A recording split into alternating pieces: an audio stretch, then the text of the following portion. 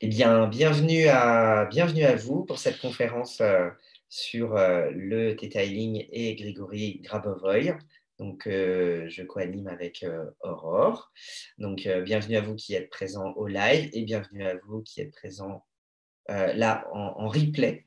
Petite introduction. Petite introduction juste pratique, vous remercier de ne pas prendre de photos, d'enregistrement audio ou vidéo. Ça, c'est sur les petites modalités pratiques. Et puis, on va commencer par se présenter. On est ensemble jusqu'à 19h30 à peu près. On va se faire une petite présentation croisée. On se fait une présentation croisée. Donc, je vais commencer par te présenter, Fred. Okay. Donc, Frédéric, c'est un homme au parcours aux multiples potentiels. Donc, pour lui, l'intuition, c'est l'âme qui murmure à notre ego.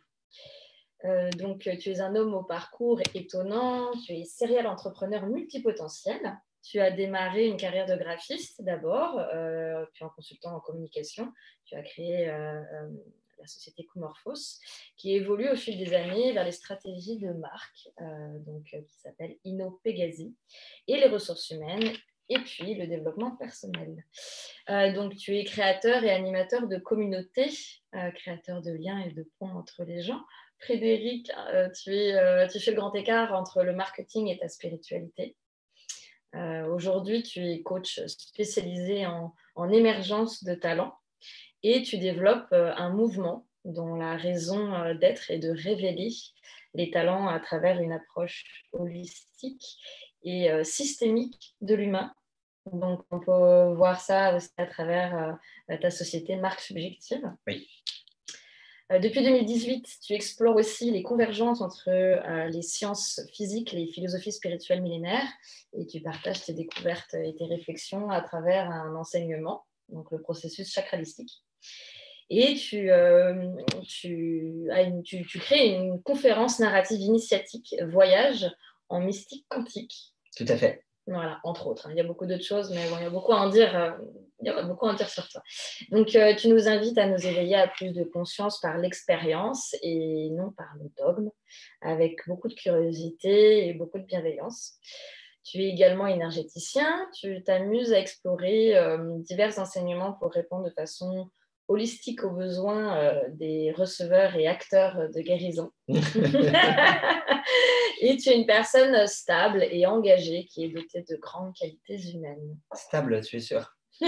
Tu l'as ajouté? C'est pas vrai, ça. Oui, c'est moi qui l'ai dit. Ok. Voilà. Eh ben, très bien. Je vais parler un petit peu de toi, Aurore. Donc Aurore Scheffer-Klein. Aurore, c'est une artiste plurielle, une coach holistique. Donc, tu es réalisatrice, scénariste, actrice, photographe et peintre. Tu es également en parallèle coach de vie, formé au Numen Process, au magnétisme et ainsi que à une partie du vaste enseignement de Grigory Grabovoy dont on va parler ce soir. En tant que créatrice, ta vision engagée et hypersensible t'amène à créer un projet photographique qui s'appelait Regard, qui mettait en lumière des portraits d'hommes, de femmes et d'enfants, révélant tous leur âme et dont certaines ne possédaient plus le sens de la vue. Un projet qui a été exposé à Paris de 2013 à 2015. Donc cette fiction cinématographique sur le thème du handicap, de l'amour et de la résilience revient, que tu as donc coécrit, co-réalisé et coproduit avec Alban Poli, dans lequel tu incarnes le rôle principal féminin. Et donc un court-métrage qui est sélectionné en festival 17 fois dans 34 catégories et primé à ce jour 19 fois. 19 fois, voilà. Donc c'est énorme. Et j'ai cru comprendre qu'il y avait des petites choses qui arriveraient à Cannes, en tout cas des aventures on verra. Cannoises, Voilà, potentiellement. potentiellement. Tu immortalises l'âme des gens dans tes portraits photographiques et déposes des fragments d'univers sur des toiles, sur tes peintures. Et tu as donc cette grande envie de transmettre et de partager tes connaissances à la fois dans le domaine artistique et dans le domaine du développement personnel. Et tu te diriges vers l'art-thérapie et l'accompagnement thérapeutique. Donc, ça a bien matché. Voilà. par rapport à ces conditions. Alors, on va juste laisser entrer d'autres personnes qui nous rejoignent. Bienvenue, bonjour. Bonsoir. Bonsoir. Ah, ça y est. Ok. Bonsoir. Hop. Ok. Alors, le sujet de ce soir, c'est de vous présenter en fait un protocole de soins énergétiques que nous avons co-créé avec Aurore, qu'on a nommé le Dual Healing, puisque c'est un soin en duo. Et donc, en introduction, comme on l'a indiqué dans la page d'inscription, en fait, on s'est rendu compte que donc Viana Stibal, qui a donc fondé le Theta Healing, qui a écrit notamment ce premier pavé et d'autres, et puis Grigory Grabovoy, dont Aurore va parler, ont la même source avec des approches similaires. Donc, ils parlent tous les deux de modification d'ADN, de régénération cellulaire, d'approche des croyances de l'enfance de 0 à 7 ans, de lecture du futur.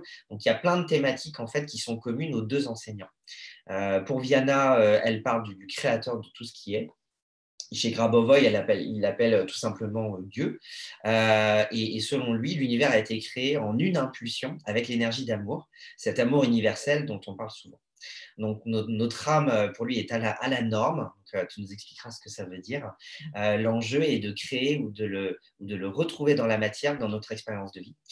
Et donc, chez Grabovoy, on parle de soin informationnel, un soin informationnel universel qui se donne à tous les humains qui ont besoin du même soin en temps réel. Donc moi, j'ai constaté qu'il y avait des impacts assez bluffants sur mes soins. Et également, j'ai pu constater que les soins que tu as opérés, les soins informationnels que tu as opérés à partir des harmonisations Grabovoy ont eu des impacts sur des personnes que je t'ai amenées assez impressionnantes, notamment dans des cas de cancer. Donc avec des rémissions totales ou partielles. Donc, on a fait cette hypothèse que en ayant des impacts puissants chacun de notre côté, si en fait on associait en fait de façon exclusive, vraiment très originale, parce qu'il est probable qu'on soit les seuls à avoir expérimenté cela, en associant une harmonisation informationnelle Grabovoy et un soin énergétique Theta Healing, eh bien, on aurait une performance décuplée. Donc, on a créé notre propre protocole et donc on se positionne comme des facilitateurs de guérison. On aime bien dire que ce qu'on reconnaît chez nous, c'est la bienveillance, la douceur et qu'on accompagne et qu'on conduit et on observe le processus de soin. En aucun cas, en fait, on se déclare avoir des super pouvoirs. On est vraiment des facilitateurs de guérison. Et l'énergie créatrice agit avec nous de façon sécurisée, de façon expérientielle, parce que c'est très nourri de ressentis, d'images, de ressentis corporels, de sensations, et le faire en conscience et en confiance avec nos clients. Donc voilà pour la petite introduction. Si vous avez des questions, n'hésitez pas à interagir dans le chat à tout moment et on se gardera un quart d'heure pour un temps d'échange questions-réponses à la fin. Je vais laisser la parole à Aurore qui va nous présenter en fait Grabovoy et l'harmonisation informationnelle. Donc, tu vois, il est 18h20, donc jusqu'à moins le quart ou plus tard. Ok. Ça marche? Oui. Donc moi, j'ai reçu une partie des connaissances de Grigory Grabovoy à travers l'enseignement des 9 mois avec Hélène Laporte de Science of Eden et 2 séminaires intensifs de 50 heures avec le docteur Vyacheslav Konev sur le thème les impulsions de la vie éternelle et le séminaire de Patrice Vernet sur le thème E égale VS. Grigory Grabovoy, il permet, grâce à ses enseignements, de retrouver l'harmonie et le développement de nos capacités naturelles grâce à nos 4 structures fondamentales, j'y reviendrai plus tard, mais l'âme, l'esprit, la conscience divine et le corps physique, qui combinés avec l'énergie créatrice qui existe, qui est présente partout et qu'il appelle également l'amour, présente en toute chose et en chaque homme, à l'image du créateur, permet de harmoniser toute situation, toute personne, tout objet. Donc, ces techniques permettent notamment d'harmoniser toute problématique du coup psychologique, physique, matériel, émotionnel, spirituel. Et c'est une technique informationnelle, c'est-à-dire qu'on transmet une information au niveau fondamental. Donc, j'expliquerai également dans cette conférence. Qui est Grigory Grabovoï? Quelle est sa mission de vie sur Terre? Les bénéfices d'un soin informationnel et l'explication scientifique et des connaissances principales et fondamentales du fonctionnement de l'être humain. Donc, selon lui, et puis quelques exemples concrets de clients suivis en séance. Donc, qui est Grigory Grabovoï? Grigory Grabovoï, il est d'origine russe. Il est né le 14 novembre 1963 dans le petit village de Bogara, au Kazakhstan. C'est un académicien de l'Académie internationale de l'informatisation. Il a écrit des dizaines et des dizaines d'ouvrages. C'est un scientifique reconnu, un clairvoyant, un guérisseur et un maître spirituel. Dès l'âge de 3 ans, il est obsédé par la perspective de sauver le monde. Il agit en plaçant mentalement le globe terrestre dans son cœur et il l'entoure d'amour. Donc, il fait des harmonisations avec la Terre au niveau de son cœur depuis sa naissance.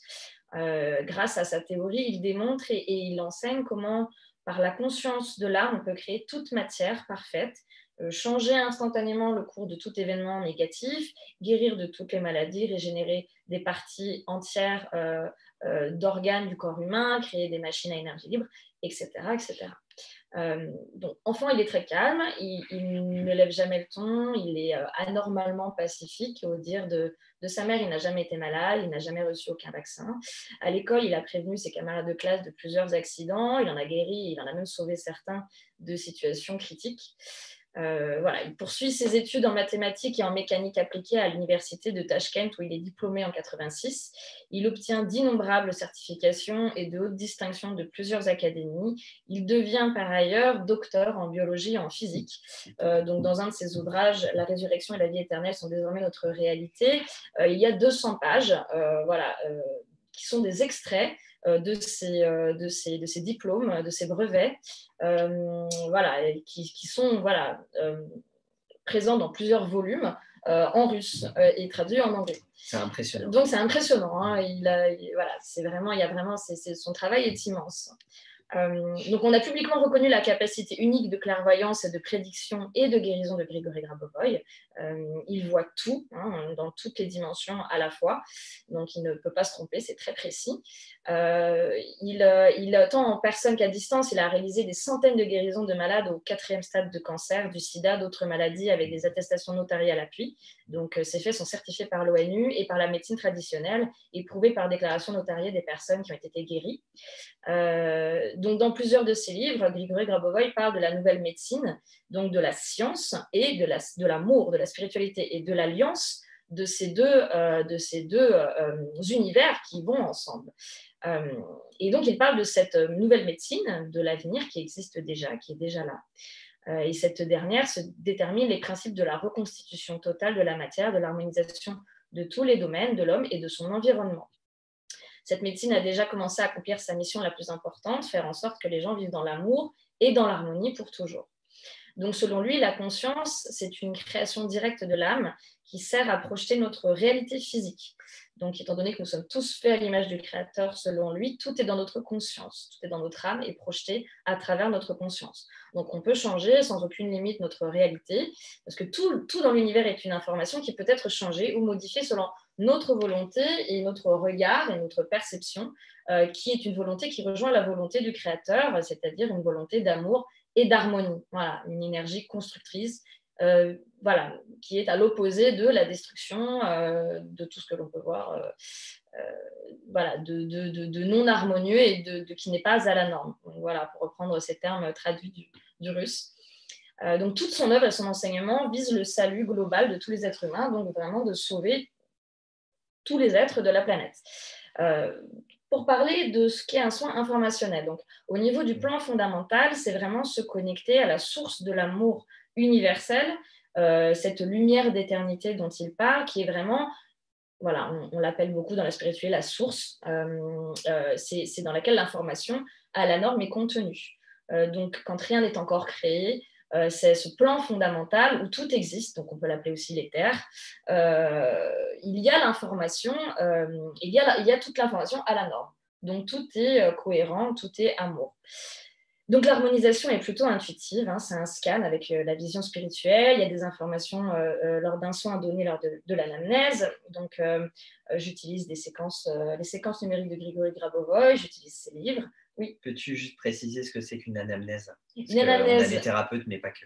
Oui, c'est vrai. Donc, c'est quand on établit un propos, un sujet, une problématique avec le client et qu'on va vraiment développer pour trouver le cœur, le noyau du problème, de la problématique, pour pouvoir agir dessus de façon plus efficace.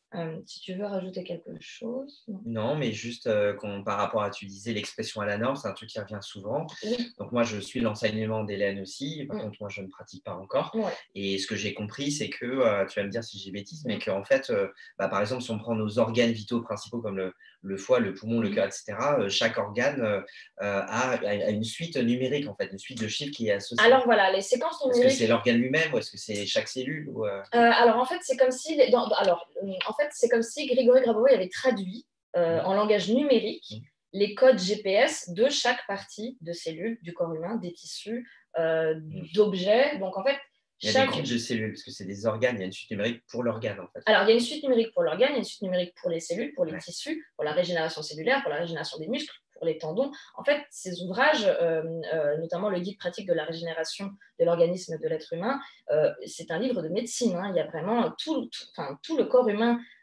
qui est disséqué, hein, développé avec les séquences numériques qui correspondent en fait comme des balises GPS où on va se connecter à cette source et qui va diffuser cette information d'harmonie à la cellule ou au tendon ou voilà. Pour être clair, ces suites numériques, il les a canalisées ou est-ce que c'est une déduction scientifique?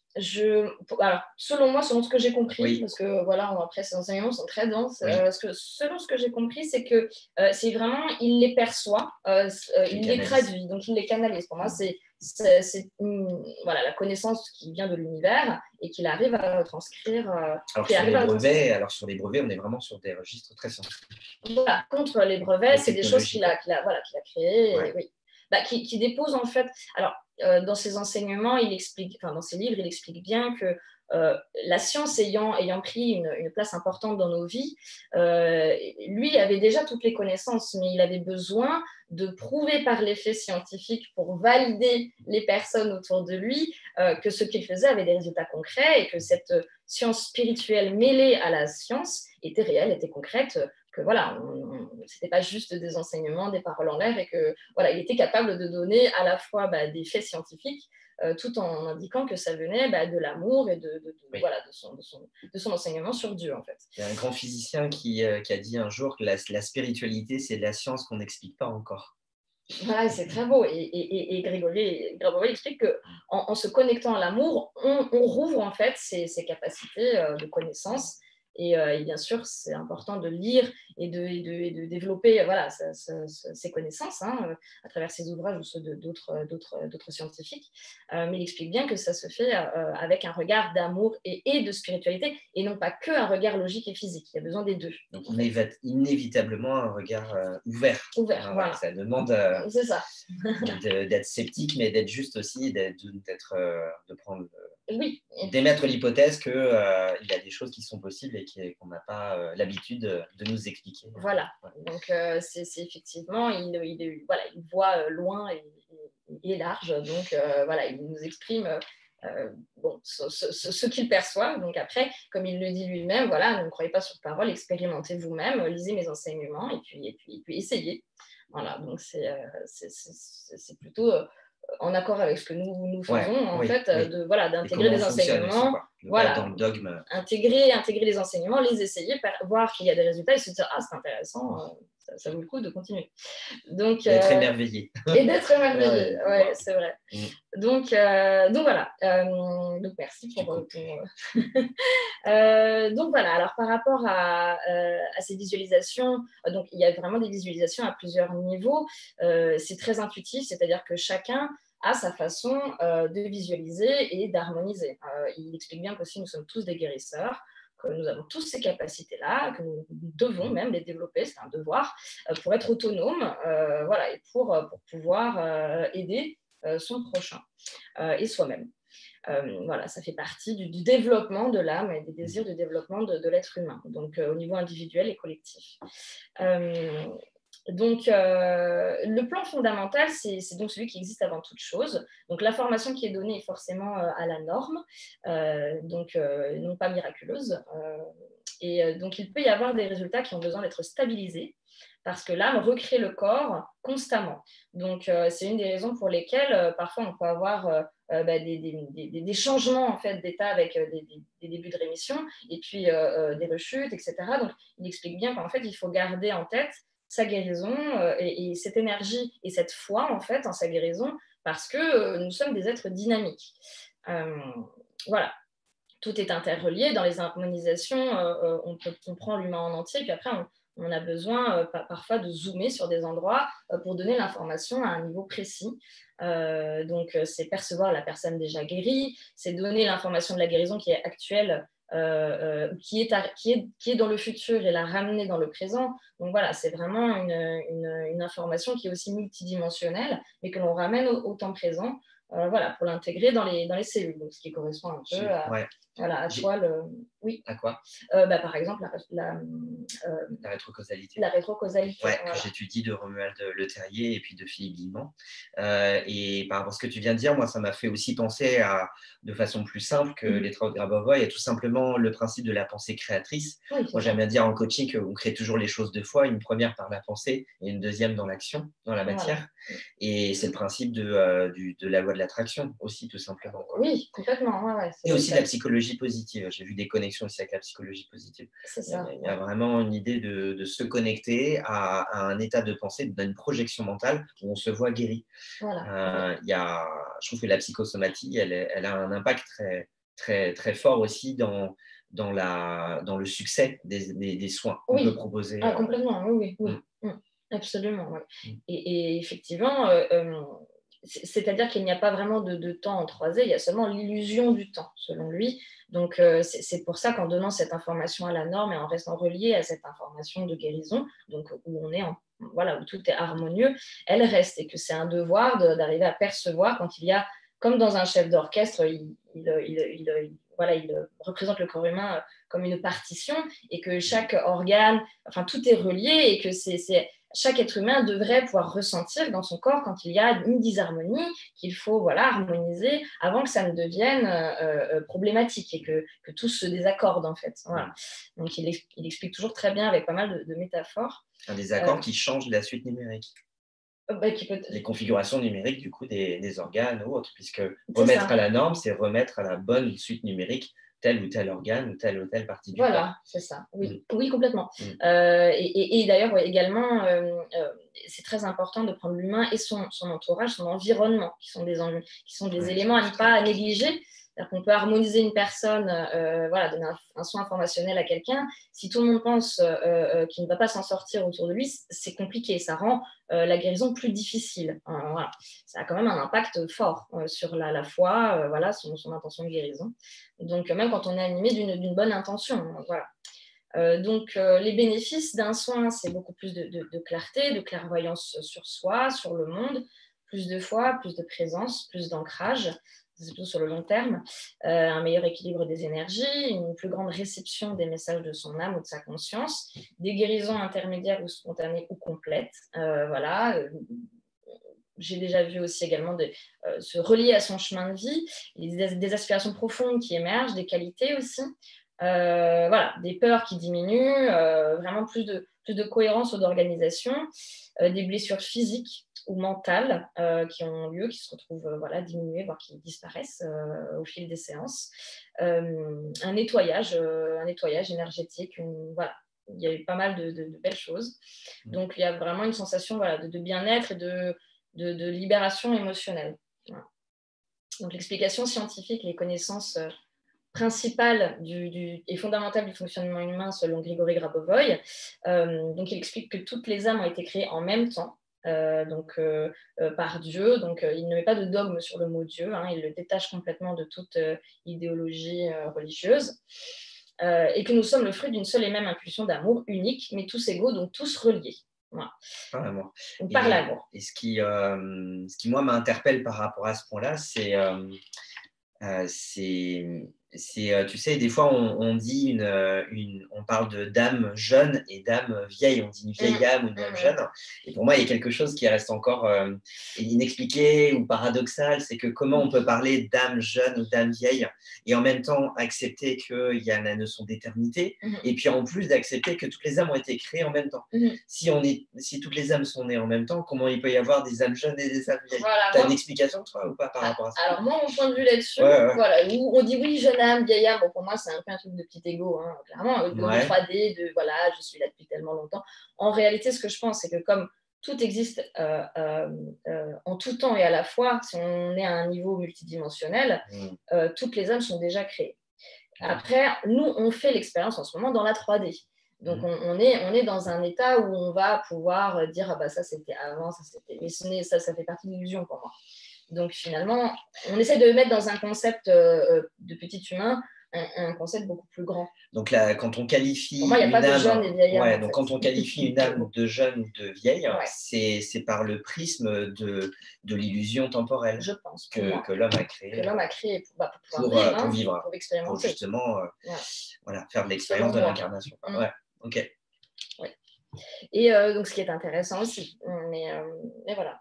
Okay. Donc, pour parler des 4 structures fondamentales, donc l'âme, l'esprit, la conscience divine et le corps physique. Donc notre âme est à la norme, c'est la partie stable, calme de notre être. Donc c'est un petit peu à cette énergie-là qu'on se relie quand on entre en méditation, quand on fait le vide en soi.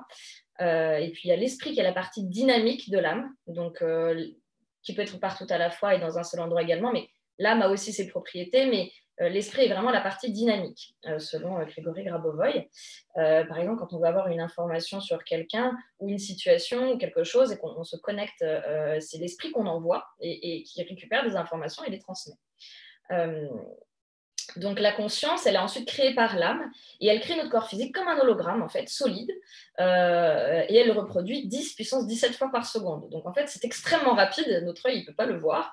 Donc on a l'impression d'être perpétuellement détaché du monde, mais en fait, on co-crée à 7 milliards le monde 10-17 fois par seconde. Il y a la moyenne du monde qui est créée en fait avec toutes nos consciences. Voilà. Moi, je trouve que d'un point de vue purement conceptuel, j'ai trouvé ça vertigineux. Étant très cartésien et sceptique et pragmatique, voilà, j'aime beaucoup.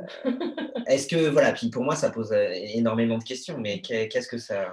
voilà. D'où ça sort déjà, ce 10 puissance 17? Est-ce qu'encore c'est une canalisation ou un calcul scientifique? Je pense que c'est une canalisation. Ouais. Et puis... c'est quelque chose qu'il perçoit, c'est-à-dire que... Une perception, voilà, il perçoit... La vision spirituelle peut percevoir cette vitesse-là, parce qu'il perçoit le dynamique et le statique. Il explique... Voilà, dans ses livres, il explique bien que l'homme perçoit avec son œil certaines choses, mais qu'il y a des éléments qui ne sont visibles que par la vision spirituelle ou avec une conscience suffisamment élargie pour percevoir toutes les dimensions.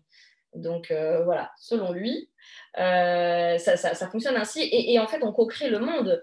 Donc on se sent détaché et déconnecté des objets, des catastrophes météorologiques, mais en fait on peut agir dessus. Donc j'y reviendrai un petit peu plus tard, selon lui. Voilà, donc, j'ai puisé dans la physique quantique des explications pour ma part de ça, à travers l'intrication par exemple. Donc, oui, il y a des explications.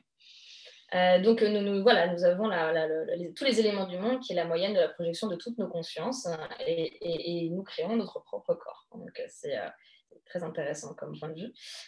Donc on peut se créer nos maladies, on peut se créer nos guérisons. Voilà, tout à fait. Après, la maladie peut être bien sûr créée aussi par un élément extérieur, quelque chose qu'on a mangé, un élément toxique, je ne sais pas, viral ou un problème atomique. Enfin, voilà. Il peut y avoir bien sûr un élément qui va nous impacter, mais c'est justement percevoir cet élément et s'en éloigner. Ou voilà, il explique bien qu'en fonction de notre conscience et de ce qu'on peut faire sur notre corps, soit on prend une décision pour s'éloigner de quelque chose qui fait mal et qu'on ne peut pas harmoniser, qu'on n'a pas encore les capacités à harmoniser, ou pouvoir harmoniser si on en a les capacités. Donc, effectivement, il faut avoir une certaine perception de soi ou de l'autre pour pouvoir le faire.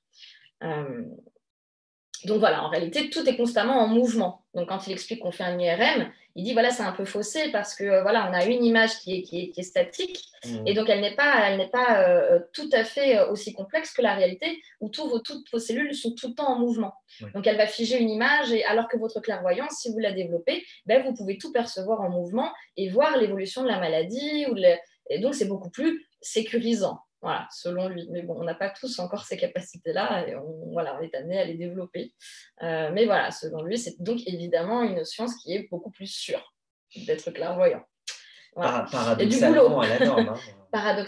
Paradoxalement à la norme, à la science médicale actuelle, acceptée, etc. C'est ça. Pour le moment, on a ça qui nous aide, bien sûr, mais qui peut avoir tendance à créer on va dire des résultats un peu tronqués ou pas assez complets. Voilà. Mais bon, voilà, ça c'est un des éléments, mais effectivement, cette idée d'impression statique, alors que tout est en réalité très en mouvement, c'est la raison pour laquelle il est possible de changer la matière sur nous, sur une autre personne, sur un autre élément du monde, une tornade, un orage, un tsunami, et que si nous sommes tous conscients, en envoyant une harmonisation à plusieurs, c'est possible d'avoir un impact sur quelque chose qui nous paraît hors de contrôle. Donc, ça devient très rassurant, en fait. Notre conscience, avec les années, elle a été tellement éloignée de l'amour et de la norme que du coup, celle-ci passe seulement à travers nos blessures, nos souffrances, donc notre passé, notre fausse idée que nous sommes coupés du monde, de notre propre pouvoir d'amour, d'harmonie, d'harmonisation, possibilité d'harmoniser. Donc, on se sent en danger. Alors que nous avons la possibilité, la connaissance de pouvoir développer nos capacités et construire la foi de plus en plus dans l'amour et l'harmonie, à tous les niveaux. Donc voilà, et notre corps physique, selon lui, est vraiment la plateforme centrale, parce que grâce à l'amour et à ce qu'on ressent, donc la joie et sentiments de joie, plus on est dans la joie et plus on est connecté à des sentiments d'amour quand on fait une harmonisation, et plus ça fonctionne. Voilà, c'est vraiment, c'est pas que le côté précis, c'est vraiment l'intention d'amour et le sentiment de joie et d'amour qu'on va ressentir au moment où on va être dans cette harmonisation qui va donner des résultats de plus en plus concrets. Donc, je trouve ça très beau. Il y a deux formes d'amour, selon lui, donc celui qui est un peu directionnel et celui qui est universel. Donc, comme aimer son amoureux, aimer son enfant, et puis aimer de façon universelle tous les êtres humains, toutes choses sur Terre, qui sont deux amours qui existent et qui sont tous les deux très beaux. Et donc, son enseignement permet de se connecter de plus en plus à l'amour universel, et qui tend à développer ces deux formes d'amour pour qu'elles se rejoignent. En tout cas, que cet amour directionnel se développe assez pour englober la totalité de ce qui existe. Et qui est un des désirs d'évolution de notre âme. Donc donc dans ces enseignements, chaque soin, chaque pensée harmonisante doit être dirigée sur une personne, mais aussi sur toutes les autres.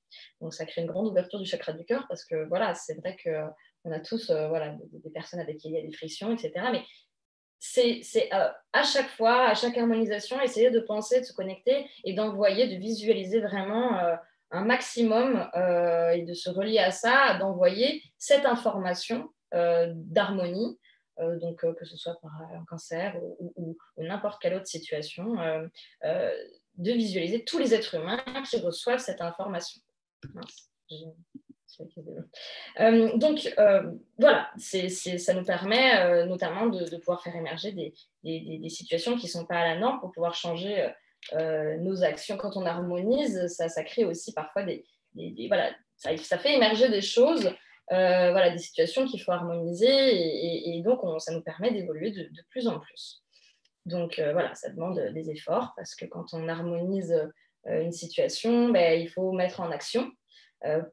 Changer peut-être certaines habitudes pour que à la fois la visualisation et l'amour que l'on envoie soient en cohérence avec nos actions. Par exemple, on ne peut pas harmoniser pour être en pleine santé puis manger n'importe quoi. Par exemple.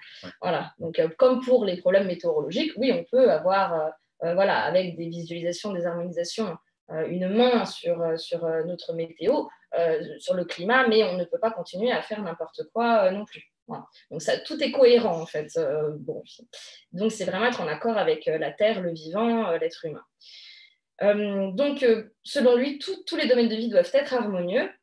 Donc voilà, il y a vraiment l'idée de se retrouver, de retrouver son intuition, sa clairvoyance, la télépathie, il y a vraiment des dimensions spirituelles.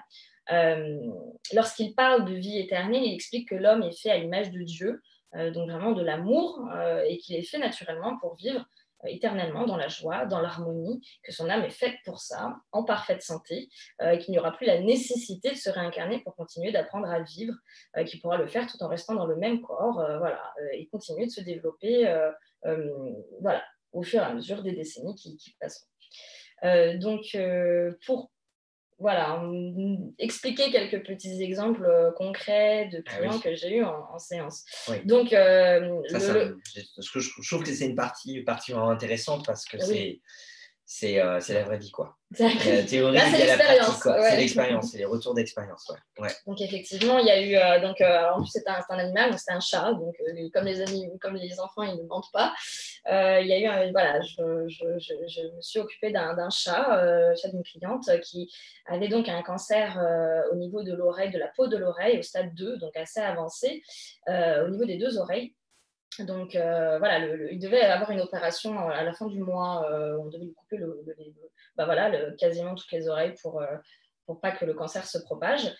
Et donc en fait, voilà, donc sa maîtresse m'a appelée un petit peu paniquée, et donc voilà, je lui ai dit on va essayer de faire le maximum.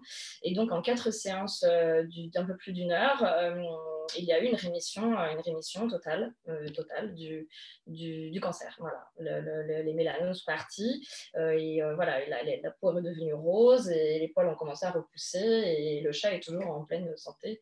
Aujourd'hui, c'était en octobre dernier. Voilà. Déjà. Donc, ouais. Ce qui m'avait particulièrement marqué, c'était il y avait sur les 4 soins, il y avait une journée, ce qui a été particulièrement hallucinante, où elle prenait des photos de la progression. Et il y a une journée particulière où la chair, il y a une régénération cellulaire du cartilage. Et à chaque fois, au fil des heures, elle voyait de la croûte tomber, et le cartilage qui poussait, quoi. Oui, d'ailleurs, c'est impressionnant. C'était impressionnant. D'ailleurs, son mari, qui est très cartésien, a fait une petite crise d'angoisse parce qu'il ne comprenait pas comment c'était possible. Et elle m'a dit, voilà, donc mon mari est il est bouleversé. Il a du mal à comprendre comment c'est possible. Donc, voilà, surtout à distance en plus. Donc, c'était à distance. Donc, c'est vrai que voilà, je travaille sur la photo du chat. Voilà, donc j'ai beaucoup aussi parlé avec Donc après, voilà, la patiente était aussi active, hein, elle a récité des séries, elle était vraiment avec moi aussi dans l'action de la guérison du chat, hein, elle était active. C'est un critère de succès de guérison. C'est un critère de succès de guérison. Elle avait vraiment envie que le chat guérisse, hein, donc ça fait partie bien sûr des critères qui sont importants. Mais voilà, il y a eu une rémission totale quand même d'un cancer de la peau. Avec des photos avant-après. Avec des photos, oui. Donc voilà, il y a vraiment eu, et il y a eu en fait à la 3e séance, voilà, où il y a eu vraiment une grosse avancée, où 2-3 heures après, effectivement, oui, il y a des bouts effectivement de peau et des chairs qui sont tombées, et la chair nécrosée est tombée, et l'oreille était à nouveau toute rose en fait, hein, il n'y avait plus de poils, mais et donc les poils ont repoussé, ils ont mis un petit peu plus de temps, il y a eu quelques semaines avant que les poils repoussent, mais voilà. C'était, alors après vigilance, hein, on a suivi vraiment pour que le... Et le lendemain, tu as essayé sur un homme qui avait un bras en moins, et voilà, je vais faire pousser le bras. Non, je plaisante. Non. Après, voilà, tout est possible. Tout est possible. Mais c'est vrai que voilà, par rapport à ça, voilà, c'est impressionnant parce qu'évidemment, on se dit, bon, et il y a des capacités, des possibilités de guérison qui sont chouettes. On a sauvé les oreilles du chat. Donc voilà, elle m'avait envoyé la photo à Noël du chat qui était avec ses... Voilà, tout mignon, et tout réparé à côté du sapin. Elle me remercie encore. Donc, voilà, c'était beaucoup de gratitude. Touchant, oui. Ouais. Voilà, donc, et puis il y a eu d'autres disparitions de symptômes psychiques sur un autre client que j'ai suivi sur plusieurs mois, donc qui avait des symptômes psychiques très difficiles, très durs à vivre, avec de la dépersonnalisation, voilà, des symptômes très très forts et très violents et qui au bout à raison d'une semaine par séance, d'une séance par semaine, excusez-moi, sur 5 mois, la disparition de chaque symptôme psychique et physique se sont voilà, atténués puis ont disparu. Voilà, donc les symptômes qui disparaissaient ne revenaient pas. Voilà, il y avait beaucoup de choses à harmoniser, chez lui. Donc voilà, ça a été vraiment un travail sur plusieurs mois et ça a été les résultats ont été vraiment, voilà, vraiment probants. C'était vraiment chouette. Et puis voilà, après, il y a des petites guérisons, donc des douleurs aux épaules qui disparaissent en une séance, un abcès sur la paupière qui a disparu en 2 séances. Voilà, une douleur qui parfois peut revenir et voilà, avec une harmonisation qui disparaît. C'est important aussi de savoir que s'il y a un problème à l'origine, c'est important de résoudre le problème, qui est voilà, le message de l'origine de la somatisation. Qui peut être une croyance. Qui peut être une croyance, qui peut être plein de choses. Et voilà, malheureusement, si le problème n'est pas traité, la douleur peut revenir au même endroit ou d'une autre façon. Donc voilà, c'est important de comprendre quel est le message et pourquoi voilà, il y avait telle souffrance, telle émergence, telle problématique, voilà, au niveau du corps ou du psychisme. Donc, c'est important. Je pense toujours au dictionnaire des maladies de Jacques Martel, qui est toujours très utile. Qui est très, très intéressant. Pour diagnostiquer brièvement, tu vois. Oui, il y a beaucoup de choses. Ouais, il est très, très intéressant ce livre pour pouvoir. Donc voilà, je ne sais pas si vous avez des questions. Je voulais vous lire un petit extrait du livre de Grabovoi, de son introduction. Alors, j'ai bien dépassé. On aura un temps pour les questions à la fin de toute façon. Donc. Et puis là, je regarde juste si on a une question de Martine, alors. Donc à laquelle je me comment tu as les informations de ce qu'il y a à harmoniser? Alors, comment tu as les informations? Alors, est-ce que je comprends bien la question? Alors, quand la personne va discuter, alors je ne suis pas sûre de comprendre la précision de la question. On va demander à Martine. Vas-y Martine, précise de vive voix, s'il te plaît. Oui, ouais. Merci. En fait, par exemple, pour le chat, est-ce que tu te mets en lien avec son âme? Est-ce que tu as des diagnostics, tu vois, vétérinaires? Parce que là, il y avait quelque chose qui était visible. Mais par exemple, pour le psychisme, même s'il y a des choses qui sont visibles aussi, des fois, ça ne l'est pas. Donc, est-ce que toi, tu te connectes d'âme à âme et que tu sais voilà, ce qu'il faut faire? Ou est-ce que tu as d'autres éléments? Alors, moi, je me base sur, mon intuition. Merci pour la question. Mon intuition, donc la connexion d'âme à âme. Donc là, je vais recevoir pas mal d'informations. Il y a également ce que va me dire la personne. Voilà, elle va me dire, voilà, je ressens ci, je ressens ça. Donc, je vais vraiment, en plus, au fur et à mesure qu'elle va me donner des informations, je vais en recevoir aussi complémentaires. Donc, après, voilà, ma clairvoyance, elle n'est pas à 100% du tout. Donc, je vais recevoir une partie des informations. Et puis, bien sûr, quand il y a possibilité d'avoir, par exemple, un diagnostic d'un médecin, etc., je vais m'en servir. Hein. Je vais prendre vraiment toutes les informations possibles, je vais vraiment les utiliser pour aller chercher. Voilà. Et alors, ce qui est intéressant, c'est que quand j'ai un doute sur ce qu'il y a harmonisé, c'est une intention d'amour. Donc, j'envoie vraiment l'information avec une lumière harmonisante voilà, avec l'intention que ça corrige ce qui a besoin d'être corrigé, ou j'utilise les séquences numériques de Grabovoi qui sont très précises. Voilà, donc quand il y a une séquence numérique sur le cœur, les douleurs articulaires, je suis sûre de ne pas me tromper sur ce qu'il faut harmoniser. Et même dans le cas où j'enverrai pas là où il faut, en fait, comme c'est l'envoi d'une information d'amour, ça ne peut pas faire de mal. Donc, ça ne peut pas être destructif, en fait. Voilà. J'en profite pour rebondir sur la question de Franck. Comment se passe le protocole avec les codes issus du mérite de Grabovoi pendant la séance? Comment ça se passe concrètement? Alors concrètement, c'est que moi, dans l'harmonisation, c'est très intuitif. Donc, je fais un scan et je me connecte à la personne et puis je vais visualiser. Et là, en fait, il y a des dizaines et des centaines de pilotages que donne Grabovoi, qui sont les pilotages des harmonisations. C'est comme un fil directeur. Par exemple, visualiser l'être humain, enfin la personne avec son énergie guérie, le lien avec lui dans le futur guéri, avec une énergie qui le remplit, percevoir les cellules qui se reforment et qui se guérissent. Donc, il y a plein de petites harmonisations qui sont possibles et c'est très intuitif. Donc, voilà, en gros, je me connecte d'âme à âme et je vais suivre les protocoles qui me sont donnés, quoi. Et de temps en temps, j'ai une séquence numérique, je me dis, tiens, j'ai mes livres en fait, de Grigory Grabovoï qui sont devant moi. Voilà, donc j'en ai beaucoup et je vais intuitivement, s'il y a des séquences sur, par exemple, il y a la normalisation psychologique, enfin les séquences numériques pour la normalisation psychologique, donc qui sont 2 tomes, vraiment très très intéressants sur toutes les névroses qui existent, plus la possibilité de développer des capacités, des qualités, donc remettre à la norme ce qui n'est pas juste et puis développer les qualités. Tout ça, ce sont des séquences que je vais aller chercher et utiliser en les visualisant, par exemple, sur la personne. Donc, ce sont des codes. Je vais voir les chiffres, par exemple, au niveau du corps, là où il y a besoin. Si c'est sur une épaule, je vais visualiser les chiffres sur l'épaule et voir les chiffres qui se diffusent dans le corps. Voilà, et c'est très intuitif. C'est ce qui viendra. Parfois, je vais voir les chiffres au-dessus. Je vais voir dans une sphère. Je vais voir la sphère qui se remplit. C'est vraiment très intuitif. Donc, j'utilise les codes avec les livres et je les visualise sur la personne. Voilà. Je ne sais pas si ça répondait bien à la question, mais voilà, c'est vraiment… Et il explique bien qu'il faut être très créatif. Plus vous vous amusez, plus c'est efficace. Tu m'entends là ou pas? Oui. Ah, Oui. ok.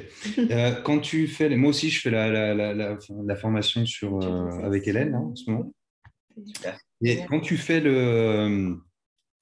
les chiffres, en fait, enfin, les codes, les séries numériques, etc., même que ce soit pour toi ou pour les autres, par exemple, ouais, c'est vrai qu'il y a plein de possibilités, effectivement, c'est ce que tu dis. Et d'ailleurs, c'est un peu, enfin, c'est une invitation même à faire, à être créatif, quoi. Et est-ce que tu les laisses longtemps ou pas, par exemple, les séries numériques Alors, moi, je les visualise. Oui, merci pour ta question. En fait, moi, je les visualise sur le corps. Alors, parfois, j'ai envie de les faire, par exemple, 2-3 fois. Je les visualise une fois, je les vois disparaître, se fondre dans le corps, puis une deuxième fois, puis une troisième fois. Et je mets l'intention la dernière fois que l'information du chiffre reste éternellement jusqu'à guérison complète dans le corps. Donc, je mets l'intention, en fait. C'est vraiment l'intention. Ouais.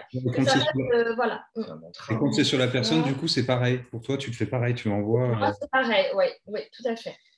Pour moi, ce sont des mantras. Je les imaginais aussi parfois, tu vois, se mettre, je ne sais pas si tu fais ça, dans des bulles et par exemple, tu vois, j'imagine ça rentre dans la personne, par exemple. Voilà, pareil. Ça m'arrive aussi de prendre une sphère et où je mets plein de séquences. Excellent. Et je les vois faire comme une mer de lumière argentée. Ça remplit vraiment la sphère et je vois la sphère rentrer dans la personne qui se diffuse, qui fait une grosse énergie argentée voilà, qui brille. Et l'information est transmise. Ouais. Est-ce que tu penses que, par exemple, tu vois, quand tu parlais tout à l'heure du fait que tu imaginais, par exemple, la personne, elle était en état de guérison ou qu'elle se remplissait de lumière, pour toi, ça, c'est de l'énergétique ou pas?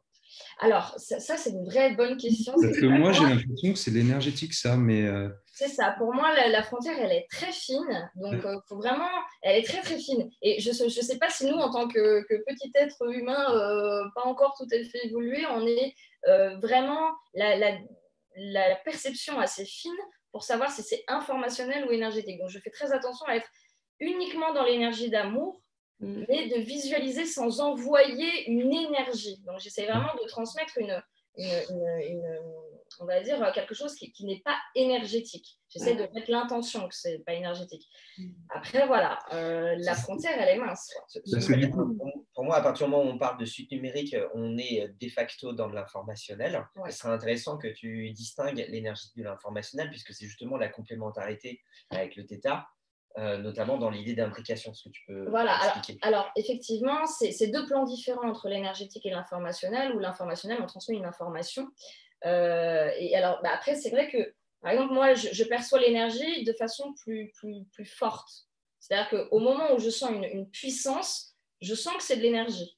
Donc, parce que j'en fais aussi de l'énergétique. Donc, je ressens que, voilà, il y a une puissance.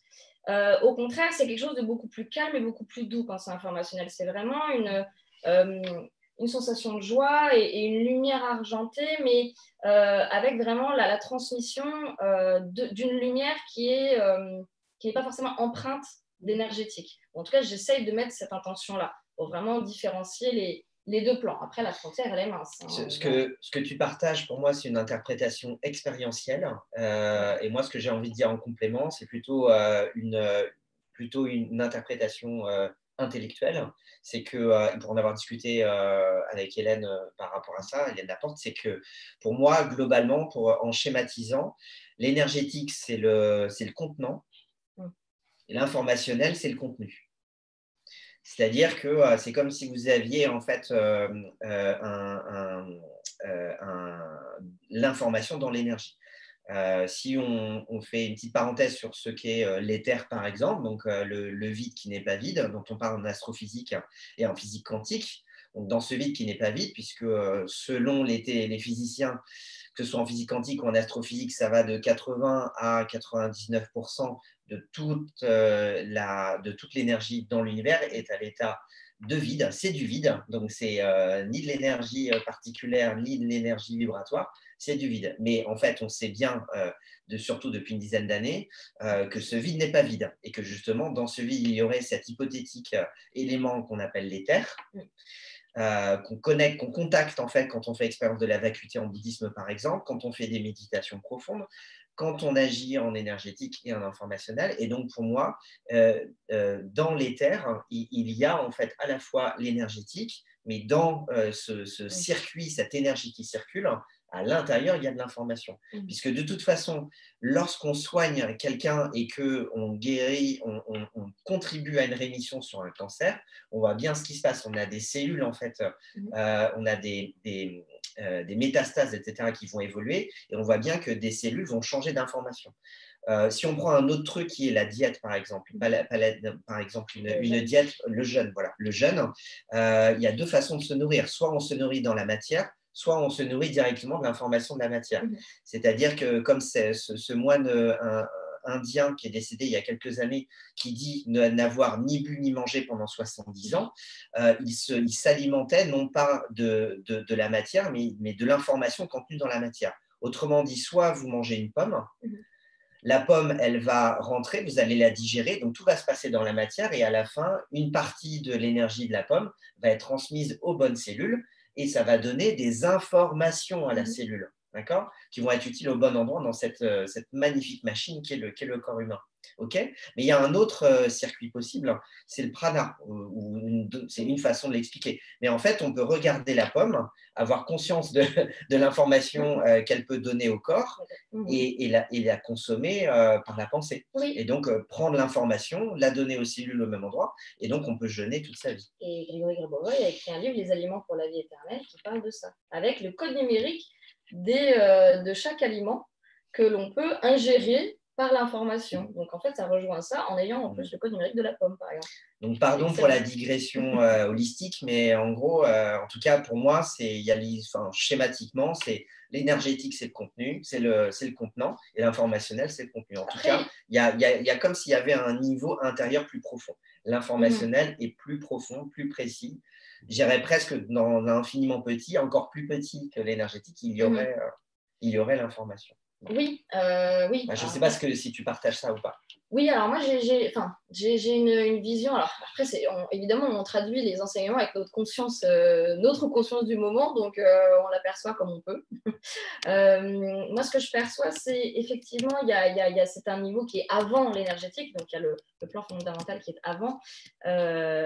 Et pour moi, l'information qui est envoyée est transmise de conscience à conscience, et la conscience de l'autre personne va utiliser ou pas cette information pour reformer son corps à la norme, ou en tout cas donner ces informations et les transmettre à son corps physique.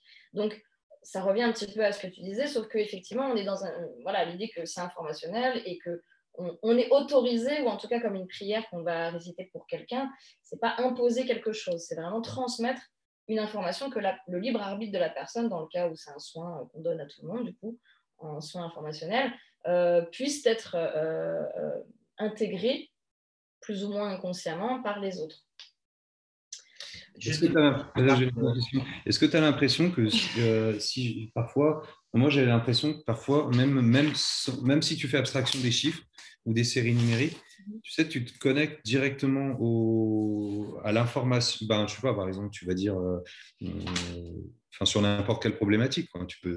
J'ai l'impression que tu reçois le même. Tu te connectes directement même à l'information, tu vois, même sans connaître la série numérique. Et par exemple, moi, j'ai observé que, tu vois, parfois, j'entendais des séries de chiffres et je me demandais, tu vois, par rapport à des gens, Et après, je me disais, tiens, je regardais ce que c'était. Je connaissais pas, tu vois, il y a un truc là. Et je me disais, ah, bah, tiens, c'est marrant. Tu vois, ça correspondait au truc que, par exemple, la personne, elle avait, alors que la série, je la connaissais pas, par exemple.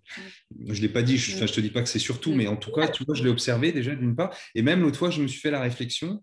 Pourtant, moi, je pratique pas assez un Grabovoi, mais ça m'intéresse. Mais bon, voilà. Et j'ai observé, tu vois, le truc avec le. Est-ce que je te dis l'information, même si tu fais abstraction, et après, j'ai l'impression que les deux sont. Tu as l'information, bon, bah, le code, c'est juste un code. Il existe, mais Alors, sais oui, pas, c'est pareil, enfin, je veux dire.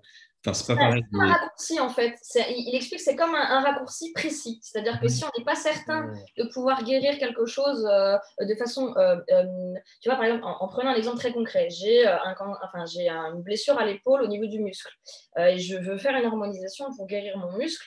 Ben, est-ce que je vais avoir assez de vision spirituelle pour bien voir mon muscle, le visualiser, voir où est-ce que j'ai mal, où est-ce qu'il est abîmé pour donner l'information, ou est-ce que je vais prendre le code numérique de l'épaule avec le code du muscle, où je sais que ça va exactement donner l'information où il faut. Donc, en fait, c'est comme une sécurité, je dirais. C'est-à-dire que l'information, on l'a à l'intérieur, on a toutes les informations.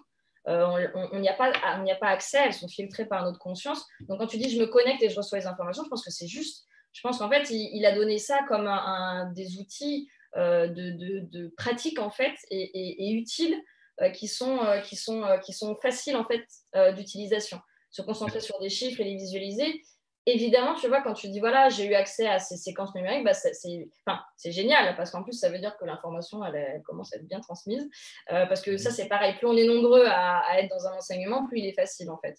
Donc, et plus ce sera facile et plus ce sera transmis de conscience à conscience. Donc, ça, c'est génial. C'est l'égrégore qui grandit. Et c'est comme ça pour, bah voilà, effectivement, je me suis formée au Human Process et maintenant, ceux qui apprennent, ils apprennent beaucoup plus rapidement.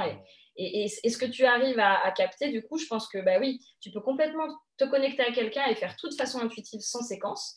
Tu peux t'amuser à apprendre les séquences et pour peut-être voilà, être certain que l'information va au bon endroit. Voilà, c'est un côté créatif aussi, hein, Mais je pense. est-ce que tu as l'impression que quand. Enfin, je ne veux pas monopoliser la parole, hein, mais du coup, je suis très dans le concret. Dernière question pour la. Vas-y. Juste, quand tu fais ton. Par exemple, est-ce que tu as l'impression que quand ça bloque à un endroit, enfin, tu vois, pour quelle raison? C'est-à-dire que tu vas voir autre chose parce que tu te dis, tiens, il y a une autre raison pour laquelle, tu vois, je veux dire, le code, la série ne fonctionne pas, entre guillemets. Comment tu fais que toi dans ta pratique? Alors moi, j'ai plusieurs outils. Donc en fait, quand je sens que l'information, ça ne va pas forcément fonctionner, j'utilise d'autres outils qui sont complémentaires pour détourner un petit peu le. Moi, le Human Process, c'est une pratique quantique où ça fait faire des sauts quantiques qui font des ouvertures de conscience, qui débloquent des situations d'un seul coup. Donc en fait, souvent, tu triches en fait. donc je triche, j'utilise d'autres outils et je les Non, mais combine, tu complètes, justement, c'est intéressant. complète. Et je pense qu'il faut compléter d'ailleurs. Oui. Effectivement, souvent, il y a il peut y avoir du numérique qui arrive, l'énergétique, et voilà.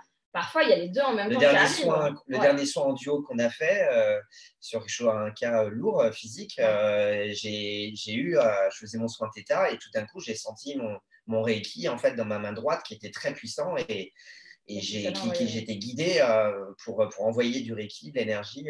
Voilà. Alors, faire du Reiki en même temps qu'une série numérique. Voilà, tout à fait. Si tu le sens, en fait, je pense qu'il faut être très intuitif et ressentir en se disant, voilà, est-ce que c'est juste, est-ce que c'est pas, voilà, est-ce que je peux le faire et si on sent que oui, c'est voilà, et effectivement, transmettre et l'information et l'énergie. Et si on ressent que peut-être que le code, il va peut-être pas être très utile, ça dépend la foi aussi qu'on met c'est aussi la foi et l'intention qu'on a. Hein. Plus on va avoir des résultats, plus on va avoir la foi, plus ça va être efficace. Après, il y a aussi le fait qu'on contrôle.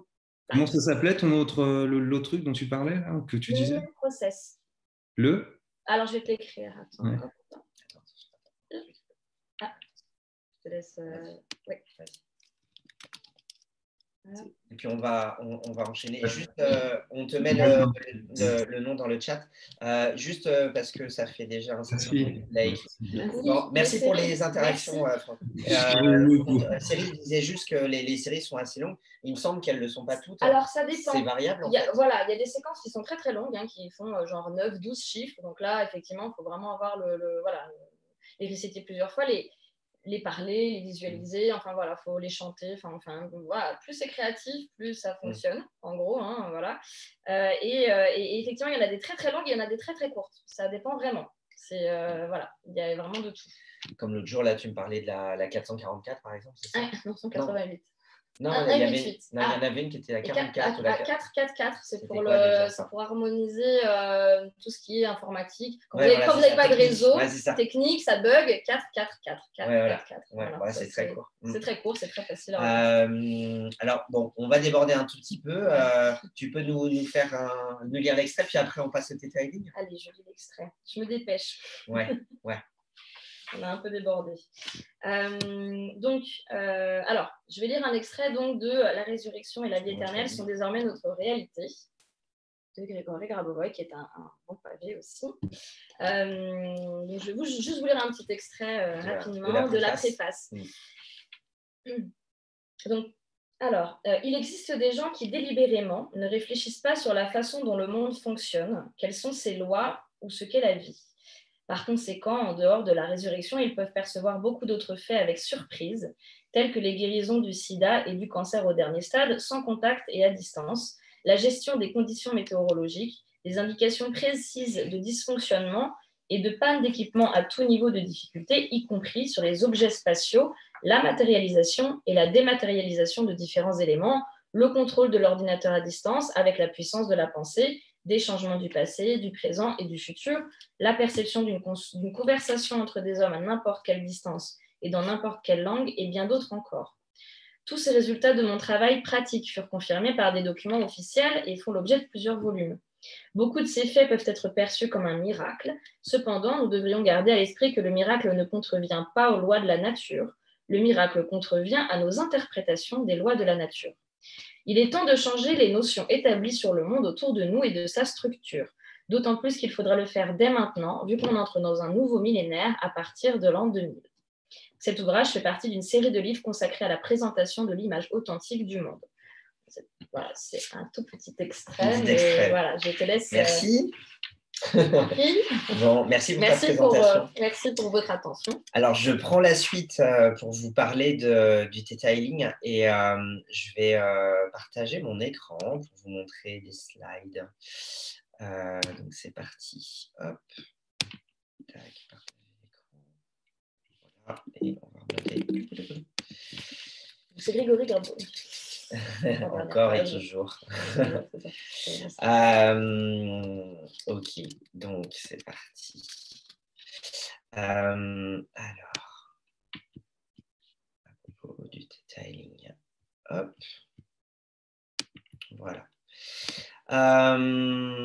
Donc moi j'ai reçu l'enseignement en fait créé par Viana Stibal. Fondatrice du Theta Healing. Donc, je suis praticien certifié depuis février 2020. Donc, on peut dire que le Theta Healing, en fait, c'est une technique riche de guérison énergétique, quantique et spirituelle qui fonctionne avec l'énergie de création, donc créateur de tout ce qui est. Cette méthode agit au niveau subconscient et donc, on parlera des ondes Theta. Et donc, ça agit sur les sentiments et les croyances profondes. Aujourd'hui, on est un demi-million de praticiens dans le monde entier, dans plus de 150 pays, avec un nombre croissant depuis 20 ans. La technique permet de vous libérer de traumatismes, stress, peur, phobie, blocage, croyances limitantes, blessures psychiques, physiques, de sentiments désagréables et inconfortables, de choses qu'on répète dans notre vie comme ça.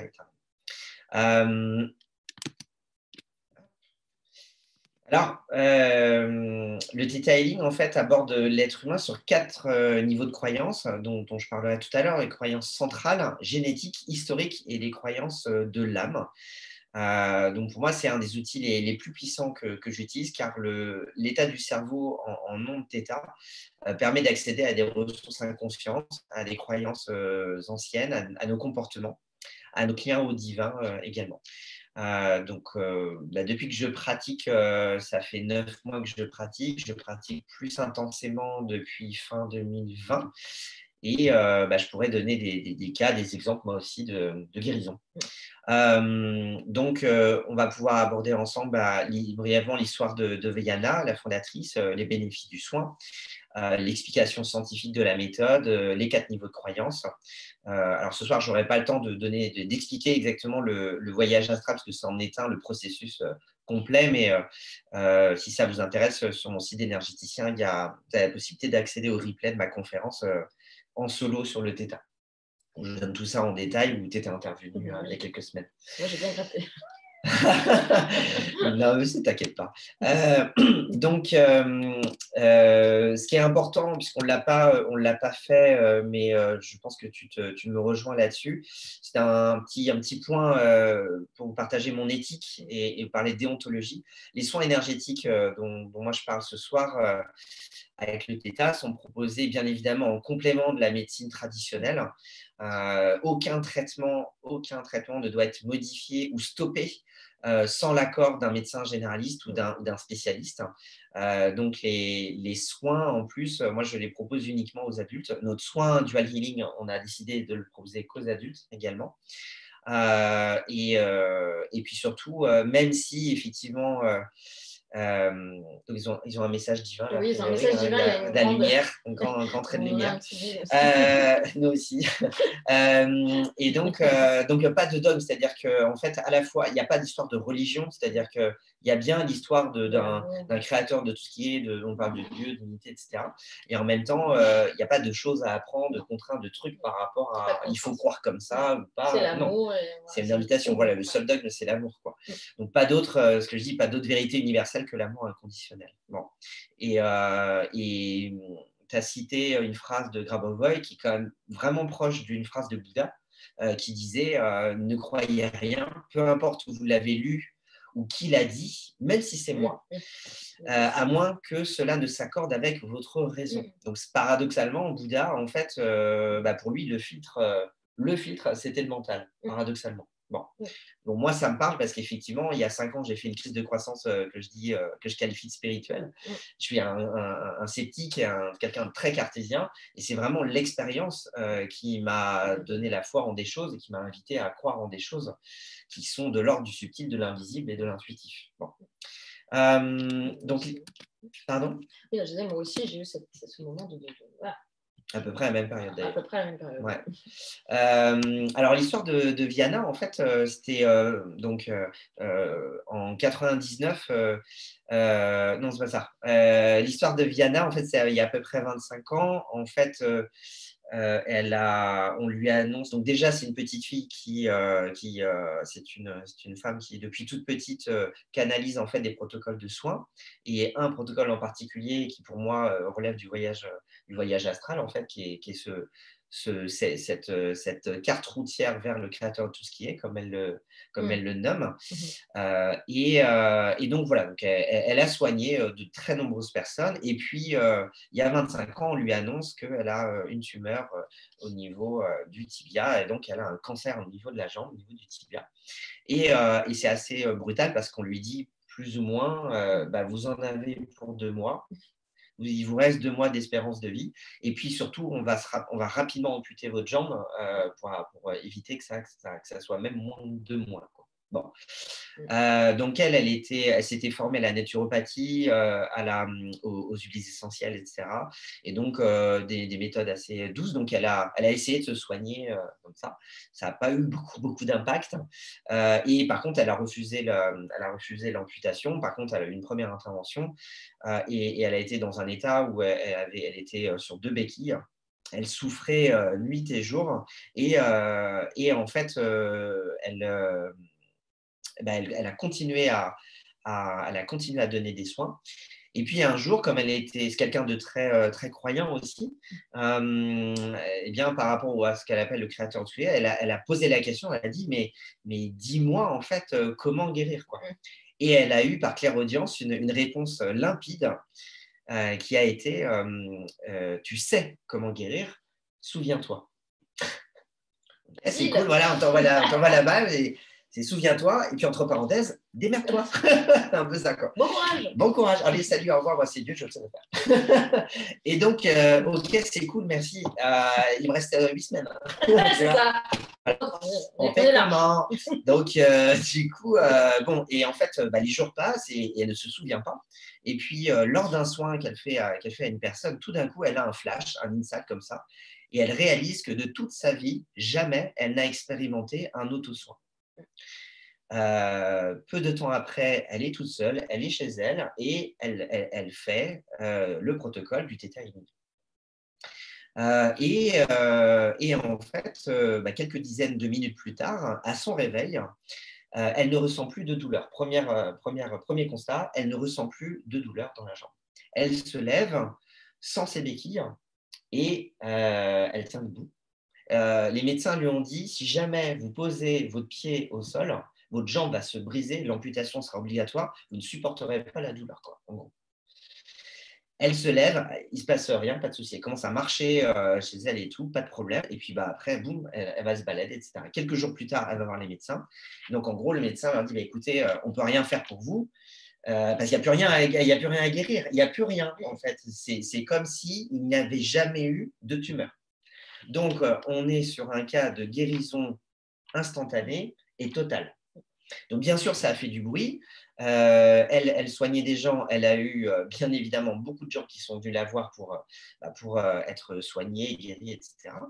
Elle a commencé à écrire toute son expérience. Elle a fait des recherches. Ce qui m'a plu, c'est que dans son bouquin, donc, qui s'appelle la technique du Theta Healing, en fait, qui fait 400 pages, un beau petit pavé, il y a plein de ressources de références scientifiques. Elle a eu pendant pas mal d'années un compagnon de vie qui était hypnothérapeute et avec qui ils avaient beaucoup de discussions et des recherches scientifiques par rapport à ça.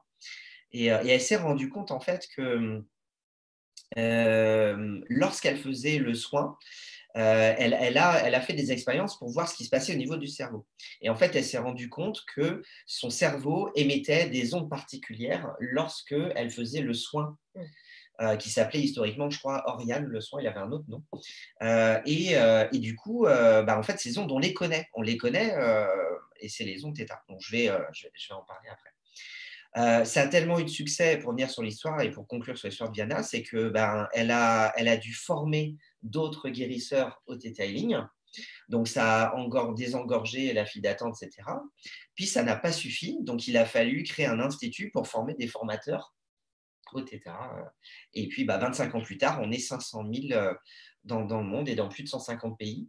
Il y a une douzaine d'années, au Japon, le gouvernement, le ministère de la Santé a validé une association de Theta Healers qui intervient régulièrement dans les hôpitaux au Japon. Vous imaginez, en France, ça paraît de la science-fiction. C'est-à-dire qu'en gros, dans plein d'hôpitaux au Japon, quand vous avez des cas condamnés, le médecin, il appelle le Theta Healer qui arrive, qui fait un soin, ou plusieurs, et puis dans certains cas, qui opère une guérison miraculeuse. Donc, voilà pour une petite introduction par rapport à Viana. Alors, par rapport aux croyances, je vous invite à repartir avec une question. Je vous donne la question et donc vous aurez tout le loisir de l'explorer plus tard. S'il y avait une chose que vous aimeriez changer dans votre vie, ce serait quoi? Voilà une question qui, moi, m'interpelle. Et puis, c'est pour introduire le sujet des croyances. On sait en fait que nos croyances façonnent nos choix et créent notre réalité. Vraiment, les croyances créent notre réalité. Et donc, en modifiant nos croyances, on fait des choix différents, bien sûr. Donc, on crée une réalité différente. Et donc, on peut créer une réalité plus satisfaisante et plus confortable. On pourrait dire une expérience de vie plus épanouissante, plus lumineuse, voilà, plus heureuse. Donc, on peut décider en fait de changer tout ça maintenant grâce au Theta Healing, grâce à Garboboy, grâce à d'autres techniques, ou grâce à des philosophies spirituelles aussi, comme le bouddhisme, le taoïsme, le shintoïsme ou autre. Bon, voilà. Et tout ça, c'est pas l'un ou l'autre, ça peut être l'un et l'autre, et l'autre, et l'autre. Voilà. Tu sais, ma vision, j'aime bien faire du et. Oui, et puis, les gens préfèrent faire du ou souvent. Et puis, on va tous au même endroit avec des chemins différents qui nous conviennent. Donc, il faut suivre son intuition. Quoi. C'est vraiment, si on est attiré par un enseignement particulier, c'est qu'il est bon pour nous en général. Ouais. Que, voilà. Alors, pour citer Viana, elle écrit des phrases assez simples, vraiment assez universelles. Elle a écrit notamment les guérisseurs, donc elle parle du Theta. Les guérisseurs passent par un processus. D'abord, ils croient, puis ils savent, et enfin, ils font. Voilà. Alors, c'est rigolo parce que moi, je ne partage pas cette phrase. J'aime beaucoup cette phrase, mais moi, j'ai l'impression que le processus, il est différent. C'est-à-dire qu'on va d'abord essayer de connaître. Alors moi, je vais parler de moi. Moi qui suis très sceptique, en fait, je vais d'abord apprendre pour connaître. Ensuite, je vais pratiquer. Et en voyant que ça marche, je crois. C'est-à-dire qu'à chaque fois que j'ai expérimenté une technique énergétique, en fait, à chaque fois, j'étais ultra sceptique et je n'y croyais pas. Et oui, et en fait, et pourtant, voilà, c'était pareil avec le Reiki, c'était pareil avec la kinésio, c'était pareil avec Access Bar, et pourtant, bim. Il y a une dimension, en fait, moi, la première fois que pour le début de l'ouverture au Human Process, quand j'ai commencé à voir la présentation et que j'ai vu les témoignages, j'ai dit non, mais c'est trop beau pour être vrai, c'est pas possible, c'est un truc de dingue. Puis ça si c'est vrai, si c'est vrai, et là, on rentre dedans, on pratique, on a des résultats de dingue et on se dit, mais c'est génial. Et donc, forcément, ça ouvre une croyance qui est nouvelle et qui est ça perturbe au début. Hein, voilà. Ça fait tomber un peu des grosses croyances limitantes bien bloquantes. Donc, voilà, ça remet bien en chemin aussi, voilà, dans le bon sens. C'est intéressant. Très intéressant. Alors, les bénéfices du soin, en fait, j'en ai parlé. Si je développe en Theta Healing, on peut libérer donc, des traumatismes de l'enfance, des mémoires du passé, libération de stress, de peur, de ressenti, de phobie, libération de schémas répétitifs, l'impression de subir des choses dans sa vie. J'ai souvent des clients qui viennent aussi avec ce genre de sensations. Se libérer de croyances négatives qui sont souvent subconscientes. Des blocages qu'on a sur différents aspects de notre vie. Bien sûr, guérir sur le plan physique, sur le plan psycho-émotionnel, avec une démarche de compréhension de ce qui nous arrive et de pourquoi on en est là. Donc, vraiment aller sur la croyance source. En Theta Healing, c'est très important d'aller gratter, d'aller explorer la croyance source pour gagner du temps. On est vraiment sur une thérapie brève, puissante, quoi. Et donc, il y a aussi, de façon plus globale, une philosophie qui est de retrouver la santé, la joie, la confiance, l'équilibre. Bon. Alors, petites informations scientifiques. Au-delà d'un soin énergétique, donc le Theta, c'est au carrefour de la spiritualité, de la physique quantique et de la psychologie. Alors, pourquoi ? En fait, la spiritualité, parce que le voyage astral qu'on fait quand on est Theta Healer et qu'on pratique, eh bien, le chemin emprunté est un chemin spirituel. Il faut s'abandonner à, enfin pour moi en fait, hein, c'est-à-dire que l'enseignement que j'ai reçu parle de différentes strates, c'est très métaphorique, mais voilà, on va arriver dans une zone arc-en-ciel gélatineuse, on va entrer dans une zone qui est la zone de compassion, qui est un brouillard rose. Donc on a l'impression d'être dans un film de X-Men ou d'Avengers, quoi. Hein. Bon, et on y va ou on n'y va pas. Donc moi, je décide d'y aller. Donc ça veut dire qu'il y a un lâcher-prise, il y a une dimension spirituelle. Quantique, parce qu'effectivement, il y a des choses qui s'opèrent et qui peuvent s'expliquer par la mécanique quantique. Et puis, il y a la psychologie. En fait, il y a beaucoup de liens entre la psychologie, puis la psychanalyse un petit peu, et puis le Theta, notamment parce qu'on va beaucoup parler du subconscient. Dans le subconscient sont ancrées nos croyances. Et ces croyances ont 4 types d'origine, dont je vais parler après. Donc le Theta Healing, c'est quoi ? Le healing, donc guérison. Le Theta, donc c'est ces ondes particulières dont on va parler. Le mot Theta, pour votre culture, c'est un mot d'origine égyptienne et à la fois grecque, et qui veut aussi dire âme. Notre subconscient, c'est comme un disque dur en fait, d'ordinateur qui fonctionne avec des programmes qui fonctionnent de manière autonome. C'est une force qui agit en arrière-plan et qui s'imprègne de toutes les informations auxquelles vous allez être confronté depuis votre naissance et puis aussi par rapport aux croyances génétiques, épigénétiques, karmiques, etc. Donc, ces ondes en question, en fait, là, je vous montre le schéma. Vous avez donc les ondes gamma, bêta, alpha, theta et delta. Je n'ai pas le temps de tout préciser, mais en gros, les ondes θ qui nous intéressent, ce sont des ondes qui oscillent entre 4 et 7 Hertz. Alors, c'est quoi les Hertz en fait? C'est juste, vous voyez, vous avez des oscillations. En fait, le nombre d'oscillations par seconde est égal à 1 Hertz. Donc, en fait, si on a 4 oscillations en une seconde, c'est 4 Hertz. Voilà. Et donc, c'est très simple. Hein. On branche des trucs sur le cerveau, il y a des machines, et donc, avec des électroencéphalogrammes, on voit concrètement. Voilà. Et ça, on le fait. On fait des IRM entre autres, et donc on est capable de voir et d'analyser des personnes qui sont en transe méditative chamanique, qui font des soins θ, qui sont en état d'hypnose. Donc on sait très bien que l'état θ correspond à un état de relaxation intense et de méditation profonde, et donc c'est l'état dans lequel on est juste avant l'endormissement. Et dans ce type de configuration cérébrale, on accède au subconscient. Et il y a quelqu'un qui avait déjà très bien compris ça, c'était Sigmund Freud. Parce que Sigmund Freud a été quelqu'un qui a beaucoup vulgarisé l'hypnose. Alors, c'est important de parler de l'hypnose, parce qu'en fait, moi, j'ai constaté qu'il y a un lien fort entre l'hypnothérapie et le Theta Healing, puisqu'en fait, on utilise l'état Theta dans les deux pratiques. Mais la différence, c'est que dans l'hypnothérapie, l'hypnothérapeute met son client en état d'hypnose, en état θ, alors qu'en Theta Healing, c'est l'inverse. C'est le praticien, le Theta Healer, qui se met dans un état θ, et par résonance vibratoire, et donc par intrication quantique, par résonance vibratoire, emmène la personne dans ce voyage.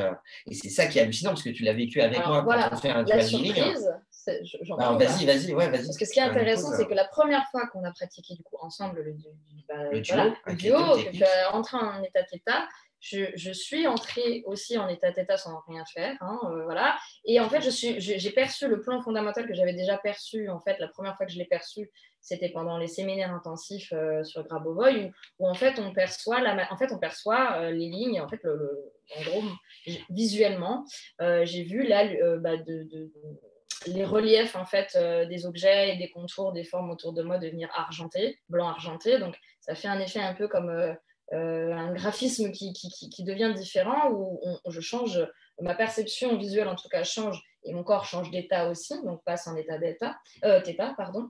Et en fait, au moment, donc cet état-là, je l'avais déjà connu pendant un séminaire, donc je savais ce que c'était. Et au moment où tu es entré en état θ, sans rien faire, j'ai vu, en fait, je suis à nouveau entrée dans ce plan fondamental, en contact avec ce plan fondamental, sans rien faire. Donc, je suis entrée en état θ sans rien faire. Donc, c'est intéressant parce que, en fait, juste en étant ensemble dans ce soin avec la personne, le fait que tu passes en état θ m'a fait en fait passer par résonance immédiatement en état θ sans que je n'ai mis l'intention de l'être. Et ce qui est fou, c'est que tu n'étais pas ciblé, tu n'étais pas visé, tu étais là physiquement. Je ne m'attendais pas à ça, moi, donc c'est expérimental, bien sûr, parce qu'on démarre, on en a fait 3 séances en dualisme, on est vraiment au tout début, on a démarré en début d'année. Et en fait, au début, c'était troublant parce que moi aussi, j'ai dans l'autre sens, dans notre protocole, en fait, quand je suis au climax en fait, de mon soin Theta Healing, on a des codes entre nous qui font que Aurore sait quand est-ce qu'elle doit démarrer l'harmonisation. Et quand la première fois qu'on a fait le dual healing et quand tu as démarré l'harmonisation, c'était un truc de malade parce que moi, j'étais en état θ, donc j'étais dans cet état de demi-sommeil. Et en fait, j'avais l'impression d'avoir, c'est très subjectif, hein, mais j'avais l'impression que j'avais une partie de mon crâne droit qui était au niveau des particules qui était en train de s'étioler, etc. Et en fait, je voyais, j'avais une sensation de, comme j'avais une lumière très forte et je voyais de la lumière iridescente, de l'or aussi, etc. Et je voyais plein de chiffres. Je me dis, c'était hallucinant, quoi. Donc, c'est toujours pareil. Hein. Soit, en fait, on fabule et on est complètement mytho. Voilà. Soit, il se passe quelque chose de particulier. Voilà. C'est un peu la surprise quand on échange ce qu'on a perçu après le soin. On se dit, ah oui, d'accord. Bon, bah, donc, effectivement, au moment pile où moi, je commence l'harmonisation, tu ressens ça. Donc, c'est intéressant que ça converge. Voilà, qu'on ne soit pas en train juste de délirer, ouais, je pense que j'ai envoyé une information, puis en fait, non. Il y a des confirmations, en fait, effectivement, au niveau de l'expérience, quoi, qui sont assez intéressantes. Et pour moi, ce qui est hyper important au niveau de ma déontologie et de mon éthique, hein, c'est que systématiquement, quand je fais un soin Theta solo, puis on pratique comme ça en dual healing, c'est que de toute façon, quand je fais, quand vous pratiquez le Theta healing, vous faites d'abord une lecture intuitive et ensuite vous opérez soit la guérison, soit un changement de programme, de reprogrammation de croyance. Et donc, le protocole, je le fais 2 fois. Donc, je fais deux fois le voyage astral vers le créateur de tout ce qui est. Et donc, en fait, je demande toujours à la personne d'être dans un état de détente et d'accueil et juste d'essayer de se souvenir des images mentales qui émergent et des sensations corporelles. Bon. Et ce que je fais, c'est que systématiquement, c'est moi qui les partage d'abord. C'est-à-dire, d'abord, moi, en tant que praticien, je dis ce que j'ai vu et je dis ce que j'ai ressenti dans mon corps. Et c'est d'autant plus bluffant pour moi et pour le client que le client dit, en général, on va dire, il y a 25% de ce que moi j'ai vécu qui est commun. Oui. La personne dit, mais c'est fou parce que vous avez vu ça et ressenti ça, et moi, effectivement, j'ai en partie vu la même chose, quoi.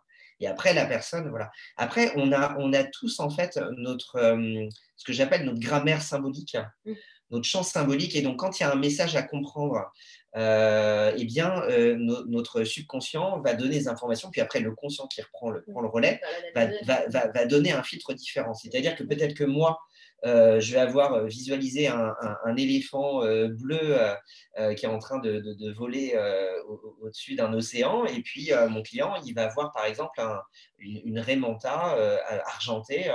Et donc, ça, a priori, ça n'a rien à voir. Par contre, quand il va exprimer ce que fait la raie manta, ce que ça fait dans son corps, ce qu'il a ressenti dans son corps, et ce qu'il ressent et comment il l'interprète, eh ben, en fait, ça dit la même chose, mais avec des formes différentes. Bon. Alors, ce qu'il faut savoir aussi, c'est que par rapport à ces ondes, quand on opère, on commande en Theta Healing, on commande le soin. C'est-à-dire qu'on a, en fait, ce que dit Vaiana, c'est qu'en fait, on a de notre naissance, parce que nous sommes nés, parce que j'aime bien dire, nous sommes incarnés, nous sommes un processus d'individuation de Jung, nous sommes incarnés, nous sommes nés, donc nous avons en fait un droit de naissance qui est de commander au créateur de tout ce qui est une guérison. Et donc, on retrouve un des préceptes en mécanique quantique, parce que quand je commande le soin, il se passe quelque chose de façon ubiquitaire, puisque je suis à la fois à l'intérieur du corps de la personne symboliquement pour commander le soin. Donc, je fais le soin, je commande le soin, je vois ce qui se passe à l'intérieur, et je suis en même temps à l'extérieur, en fait, en train d'observer ce qui se passe. Voilà, je commande. Et à ce moment-là précis, le cerveau, en fait, switch de l'état θ à l'état gamma. C'est-à-dire que tout d'un coup, le cerveau émet des ondes beaucoup plus fortes, jusqu'à 100 Hertz en théorie. Alors, dans certains cas, j'ai même vu dans certaines ressources que notre cerveau serait capable d'aller jusqu'à 5000 Hertz. En théorie, on serait en surchauffe, il ne supporterait pas ce rythme-là. Mais la plupart du temps, on dit qu'on va jusqu'à 30-40, de 30-40 à 100 Hertz. Et ça dure quelques secondes ou quelques minutes. Et après, on rebascule en état θ. Je me dépêche. Les niveaux de croyance. Donc, ça, c'est très important. En fait, on va intervenir sur 4 niveaux de croyance. Je vous ai mis cette image des poupées russes parce que c'est souvent la métaphore que j'utilise avec mes clients qui me parlent, puisqu'il y a plusieurs degrés de profondeur. En fait, la première couche, la première poupée russe, c'est les croyances centrales. Les croyances centrales, c'est tout ce que vous avez acquis comme croyance quand vous êtes enfant, justement de 0 à 7 ans, jusqu'à 7 ans. Et c'est marrant parce que le repère que donne Vaiana est le même que celui que donne Grabovoi, et le même que ce qu'on retrouve aussi pas mal en fait en psychologie ou en psychothérapie. C'est-à-dire que voilà, jusqu'à 7 ans, en fait, on se construit notre carte du monde, et donc l'enfant est une éponge et absorbe tout ce qu'il entend, tout ce qui est dit, surtout avec le schéma éducationnel de papa-maman, comme des vérités. Voilà. On sait en neurosciences qu'un enfant, quand on lui répète 3 fois la même chose, le cerveau entend 3 fois la même chose, c'est intégré comme une vérité. C'est intégré, c'est dans le programme. Et donc, vous avez comme ça, pendant des années et des années, des programmes, des centaines de programmes qui s'inscrivent. Et puis, bien sûr, dans les programmes, vous avez des programmes bullshit, que de la merde. Que de la merde, en fait, où voilà, tu es moche, tu es lent, tu es incapable, tu n'arriveras à rien. Les femmes sont ceci, les hommes sont cela. Pour réussir dans la vie, voilà, l'argent, c'est sale, etc. etc. Okay, donc, on a tout ça, en fait, et donc, on a un gros bagage. Voilà, c'est cool. Merci papa, merci maman. Bon. Donc, ça, c'est les croyances centrales. Ensuite, on ouvre la poupée russe et à l'intérieur, on a une autre poupée russe plus petite qui sont plus profondes, les croyances génétiques. Donc là, en fait, ça parle de nos programmes hérités de nos ancêtres. Donc, on sait que ça va au moins… Alors, au début, j'ai revérifié. Je croyais que c'était au maximum. Ce n'est pas au maximum, c'est au minimum. C'est-à-dire qu'en fait, au niveau génétique, on peut remonter jusqu'à 7 générations en arrière. Donc, je vous donne 7 générations en arrière. Oui. Donc là, on parle de la génétique et de l'épigénétique également. C'est-à-dire que, et on revient sur l'idée de l'informationnel, hein, je fais un petit clin d'œil aux questions de tout à l'heure, on est dans l'informationnel. Et donc, en génétique, aujourd'hui, on sait que dans les brins d'ADN, etc., dans les gènes, on a des informations. Je vous donne un exemple. On sait par exemple que… l'empathie a son gène. C'est-à-dire que l'empathie est génétique. Donc, en fait, on peut la développer et s'efforcer d'être empathe, mais on peut l'avoir aussi dans son gène. C'est quand même improbable. Eh bien, on a aussi, si par exemple, votre arrière-arrière-grand-père, il a vécu toute sa vie des trahisons au niveau de l'argent, au niveau professionnel, et que vos parents, en fait, vous envoient dans les croyances centrales des croyances hyper positives sur l'argent, que avec vos parents, vous vivez dans l'abondance et qu'il n'y a pas de souci, eh ben, ça se trouve, à cause de votre arrière-arrière-grand-père qui a été trahi, eh ben, vous allez développer des situations dans votre vie où vous allez connaître la pauvreté, vous allez avoir des problèmes avec l'argent. Donc ça peut arriver, et puis c'est ça pour l'argent, puis pour toutes les thématiques de la vie. Encore plus profondément, on a les croyances historiques. Donc, les croyances historiques, ça parle de nos expériences de vie passée. Donc là, et de mémoire de conscience collective. Donc, les vies passées, là, ça parle de croyances karmiques. Donc là, c'est plutôt dans les vies antérieures. Ah, on n'a plus de lumière. Excellent. Alors, on veut nous empêcher de travailler. donc, dans les vies antérieures, j'aime bien, je dis vie antérieure, ça s'éteint, hein, tu remarqueras. Il y a peut-être quelqu'un. Tout va bien. On va dire les choses, d'accord. Donc voilà, donc, il y a des mémoires karmiques et puis les mémoires de conscience collective. Alors là, c'est ce que j'appelle les égrégores culturels. Je donne souvent l'exemple, si par exemple vous êtes né noir au Congo, vous n'allez pas être connecté au même égrégore que si vous êtes une petite fille blonde aux yeux bleus et que vous êtes né en Suède. Il est possible que dans le premier cas, vous soyez plus facilement connecté à un égrégore de l'esclavagisme, par exemple, ou du racisme, que pour la petite fille blonde de suédoise, quoi, par exemple. De même, si vous êtes très empreint d'une culture malgache, dans la culture malgache, il y a un certain nombre de croyances par hasard, par exemple. Et donc, ça, vous l'avez malgré, vous êtes connecté à cet égrégore malgré vous. Bon. On a même des égrégores territoriaux, en fait. Quand on vit sur un territoire qui est très fort, en Bretagne, en Irlande, etc., on peut être connecté à des énergies telluriques ou autres qui influencent en fait nos croyances. Et puis enfin, encore en plus profond, on a quelque chose d'assez extraordinaire qui sont les croyances d'âme. Alors, ça, c'est quelque chose qui est inscrit au plus profond en fait, de l'être. Pour reprendre les mots de Philippe Guimand, qui est chercheur au CNRS, qui a donné une définition de l'âme qui est complexe et je ne vais pas vous la partager en entier. Par contre, ce qu'il dit clairement, c'est que pour lui, l'âme, elle existe au même endroit que l'énergie à l'état quantique à l'échelle de Planck, donc dans l'infiniment petit, à l'échelle subatomique. Et donc, comme on sait en mécanique quantique actuellement que dans l'infiniment petit, l'énergie s'affranchit du temps et de l'espace, L'âme également. Pour lui, l'âme est à cet endroit-là. Donc, de facto, l'âme est totalement indépendante et décorrélée du corps physique, du corps humain. Donc, quand le corps, en fait, meurt, l'âme, elle est toujours là, elle est toujours vivante. Hein. Voilà. Donc, elle va continuer son chemin. Et puis, en plus, c'est intéressant de faire des passerelles avec ce que tu disais tout à l'heure par rapport à Grabovoi et ce précepte, en fait, qui est cette proposition de dire que toutes les âmes ont été créées en une fois sous une impulsion divine. Quoi. Bon. Bayana dit la réalité est toujours présente en attente d'être reconnue. Donc ça, j'aime bien ce côté. On dévoile justement quelque chose. Et pour finir juste le petit pitch sur le Theta Healing, vous donner quelques exemples en fait de guérison, de soins. Donc l'exemple d'une femme qui avait des problèmes de thyroïde. Donc ça c'est par rapport à mes propres pratiques depuis quelques mois. Donc une femme qui a des soucis de thyroïde depuis des décennies et puis qui au bout de 2 semaines et demie en fait n'a quasiment plus de symptômes en fait. Voilà. Donc on a vraiment exploré en long, en large, en travers pour vérifier si c'était vraiment probablement lié aux soins Theta Healing. A priori, oui. Ensuite, on a eu aussi Céline qui, elle, en fait, on a travaillé sur ses blessures d'enfance. Et puis là, dans l'image, en fait, il y a eu cette sorte de scarabée bleu et or qui est apparue en image mentale. Et puis, il y a eu plein de synchronicités qui sont arrivées derrière, qui étaient assez bluffantes.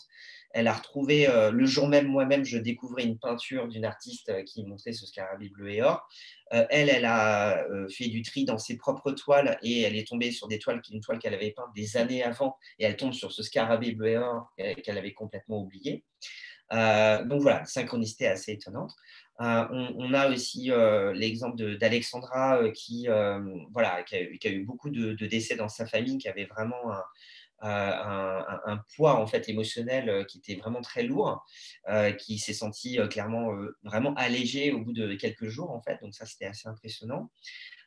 Coraline, en termes d'image aussi assez hallucinante, une cliente où moi je vois une image, en fait, je vois ma cliente dans une armure en argent avec une cape blanche, même pas une cape, c'était un drap gigantesque blanc, immaculé, et puis une épée qui faisait 2 mètres de long qui traînait dans le sol, c'était puissant. Donc, je lui décris ça et elle, en fait, de me répondre, bah, écoute, c'est quand même impressionnant parce que depuis 4 nuits, je fais toujours le même rêve. Je rêve de Jeanne d'Arc. Et le dernier rêve que j'ai fait, je l'incarnais. Bon, alors là, quand même, on dit c'est quand même assez impressionnant. Dernier exemple avec Marie-Pierre, en fait, qui en fait a traumatisé par le décès de son petit frère il y a plus de 30 ans, qui, en fait, elle a vu son petit frère fauché par une voiture sous ses yeux. Je crois qu'il avait 14 ans, quelque chose comme ça. Et donc, 30 ans plus tard, elle me disait, voilà, à chaque fois que je pense à lui, je ne peux pas m'en empêcher. Je pleure, je suis bouleversée et ça m'épuise. Hein. Je voudrais réussir, en fait, à penser à mon frère, à parler de mon frère, sans être comme ça, toujours dans cet état-là, quoi, psycho-émotionnel. Et donc, on a fait en un soin Theta Healing, il y a eu un allègement très important parce qu'une semaine plus tard, quand je la voyais sur un autre truc en coaching, elle m'a dit, effectivement, c'est réglé, c'est résolu. Bon. Alors, pour conclure sur la présentation du Theta Healing, vous dire que pour ma part, en fait, je vais progressivement pratiquer d'autres techniques du Theta Healing, parce que pour l'instant, je me contente de faire des guérisons et des reprogrammations de croyances, qui est déjà énorme. On peut faire énormément de choses avec ça. Mais on peut aussi, en Theta Healing, il y a plein de techniques. On peut faire ce qu'on appelle un processus de création des sentiments. On peut dialoguer avec les anges de la personne, identifier ses âmes sœurs, récupérer des fragments d'âme, qui est un protocole qui existe aussi en chamanisme. On peut faire une modification de l'ADN, donc on peut faire une activation de l'ADN. On a des gènes qui sont désactivés, on peut les réactiver. On peut faire une réparation génétique. On peut faire un changement de programme génétique qui est lié au vieillissement cellulaire, c'est-à-dire qu'on peut… Alors, un changement de programme génétique lié au vieillissement cellulaire, c'est une autre façon une autre façon de dire un truc et un gros mot, voilà. Mais en gros, on parle de ralentissement cellulaire et ralentissement du vieillissement, quoi, clairement. Et puis, on parle aussi de manifestation et de lecture du futur. Donc là, c'est intéressant parce que ça me connecte au sujet de la rétrocausalité dont on parlait et que Bah, ouais. j'étudie grâce à Romuald Le Terrier et Philippe Guimond. Et il y a donc plein d'autres notions que j'aborderai lors d'une conférence spécifique en fait, sur le Theta, niveau 2, où je parlerai des 7 plans d'existence, le rapport à la mort, la guérison de groupe, les entités psychiques et énergétiques négatives, les enfants arc-en-ciel, l'anatomie intuitive, etc. Donc c'est vraiment un champ de ressources et d'enseignement qui est très dense, en fait, comme chez Grabovoi. Donc voilà pour la présentation du Theta. Et maintenant, on va conclure juste en vous disant 2 mots sur le dual healing du coup, que nous avons créé. Oui, donc, alors, ça y est, je reprends la parole. Donc, ce qu'on voulait vous partager, c'est que donc, nous, pour nos clients, pour les prochains soins qu'on va faire, on aimerait que ceux-ci aient des prérequis, c'est-à-dire que les personnes aient au moins pratiqué une fois dans leur vie un soin énergétique ou informationnel, mais bon, le soin énergétique est un petit peu plus, on va dire, commun. Donc, qu'il y ait au moins déjà eu un soin énergétique de fait, de pratiquer. C'est quand même un soin assez puissant. Donc, voilà. Des personnes qui ont des besoins vraiment importants, des problématiques lourdes et qui ont vraiment une envie d'évolution ou en tout cas d'être acteurs de la réparation, de la guérison, de l'arrangement d'une situation. Donc des personnes majeures uniquement aussi d'avoir cette présence d'esprit, de comprendre qu'il y a une compréhension avec la maladie qui est venue, ou la situation problématique qui est venue délivrer un message. Notre corps, notre âme parle à travers notre corps, c'est quelque chose qui nous envoie des messages, donc d'être un petit peu avoir cet œil un petit peu observateur sur soi, c'est important. Voilà. Et donc un soin en fait se déroule à distance ou mixte, c'est-à-dire que comme en fait moi j'habite à Nantes et toi vraiment près de Toulon dans le sud-est de la France, donc c'est diamétralement opposé. Là on est en chair et en os ensemble, on s'est réunis à Lyon, notamment pour notre conférence, mais du coup nous travaillons en visio. Alors par chance de toute façon comme le Reiki, comme Grabovoi ou le Theta, on peut faire à distance. J'y croyais pas du tout au début. Puis quand j'ai découvert la mécanique quantique et l'intrication, voilà, j'en ai fait expérience que ça marche. Donc ça marche tout autant en fait à distance ou en présentiel. Donc on fait ce soin en distanciel. Donc soit en fait on est tous les 3 en visio, le client, toi et moi. Soit on fait des soins mixtes comme on l'a fait pour André, par exemple, un client récent. Où du coup, le client, il peut être soit en présentiel avec Aurore, soit en présentiel avec moi. Et l'autre est en visio. Ouais. Donc, on a déjà fait 3 soins. Ce qu'on fait, c'est qu'on bloque en fait une demi-journée par mois pour ces soins, parce qu'on a différentes activités, toi et moi. On est multipotentiel, on fait plein de choses. Et donc, et donc, on fait déjà ces soins énergétiques, puis plein d'autres trucs. Donc, en fait, c'est un soin qui est assez rare et on veut le réserver pour des personnes aussi qui ont vraiment des problématiques lourdes. Voilà. Donc, on a proposé en fait un tarif, puisqu'en fait, le soin, ça dure 2h30, on est 2, donc forcément, c'est un soin qui est onéreux par rapport à un soin classique plus court et d'une personne. Donc, c'est un soin qui aujourd'hui est au tarif de 340 €, le dual healing de 2h30 à 2. Pour les 5 premiers soins, on s'est dit qu'on baisserait le tarif pour que ce soit un peu plus accessible, pour qu'on s'entraîne. Donc, on le baisse à 270 €. Et donc, il reste deux soins à faire sur ce tarif-là. Voilà. Donc, si vous pensez que ça peut intéresser quelqu'un de votre entourage ou même, n'hésitez pas à nous faire signe, soit Aurore, soit moi. Et puis, je te laisse conclure là-dessus. Oui, mais donc ce soin, ce duo, c'est une expérimentation. Et pour le moment, on a décidé de la prolonger jusqu'à la fin du mois d'août 2021. Voilà. Donc, et puis après, de débriefer, d'analyser. On stoppera a priori. Ouais. Désolé d'avoir débordé. On a eu plein de messages de gratitude et de coucou, d'au revoir d'autres participants. Merci d'être restés, on a débordé un peu. Mais c'est à cause de ces deux-là. Non. Merci pour votre participation. Votre écoute. On peut s'autoriser quelques minutes, bien sûr, pour d'autres échanges, surtout pour les personnes qu'on n'a pas, comme Alain, on n'a pas entendu, ou Laetitia. Avez-vous des questions? C'est gentil. Ok, je vous remercie beaucoup pour la présentation. C'était très intéressant. Non, je n'ai pas de questions en particulier. Donc, moi aussi, je suis énergéticien à Genève, d'accord. Et puis, quand j'ai vu le thème, je me dis que c'était intéressant d'avoir quelques informations de personnes qui pratiquent, quoi. Parce que je ne pratique ni le Theta Healing, ni Grabovoi, quoi. J'ai une autre technique que j'ai développée moi-même. Et puis, comme tout le monde, j'ai fait plein de formations, plein de séminaires et tout, quoi. Et je me suis dit, ça peut être intéressant. J'ai peut-être quand même une précision. Dans le Theta Healing, le fonctionnement fondamental, c'est de changer de fréquence vibratoire. C'est ça. Donc, le thérapeute change de fréquence vibratoire. Et on peut dire par induction, va ainsi amener l'autre personne à guérir. C'est ça, si j'ai bien compris. Alors, en fait, déjà, par résonance vibratoire, c'est comme ça que je l'explique, on emporte avec nous la personne. Oui, au revoir à vous deux. Donc, on porte la personne dans ce voyage astral, parce que c'est un voyage astral, en fait. D'accord. Le praticien se met effectivement dans un état, c'est vraiment très concrètement, c'est de la respiration profonde, hein, plusieurs inspirations, expirations profondes, un état méditatif. Et en fait, assez rapidement, avec de la pratique, très rapidement, on va se mettre dans un état proche du sommeil.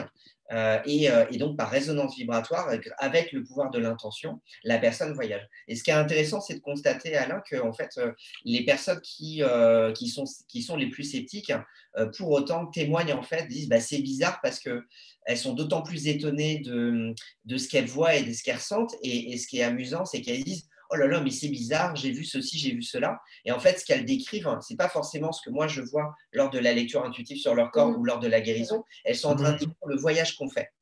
Donc, elles voient des planètes, elles voient des étoiles, elles voient des arcs-en-ciel, elles voient de la lumière, elles voient.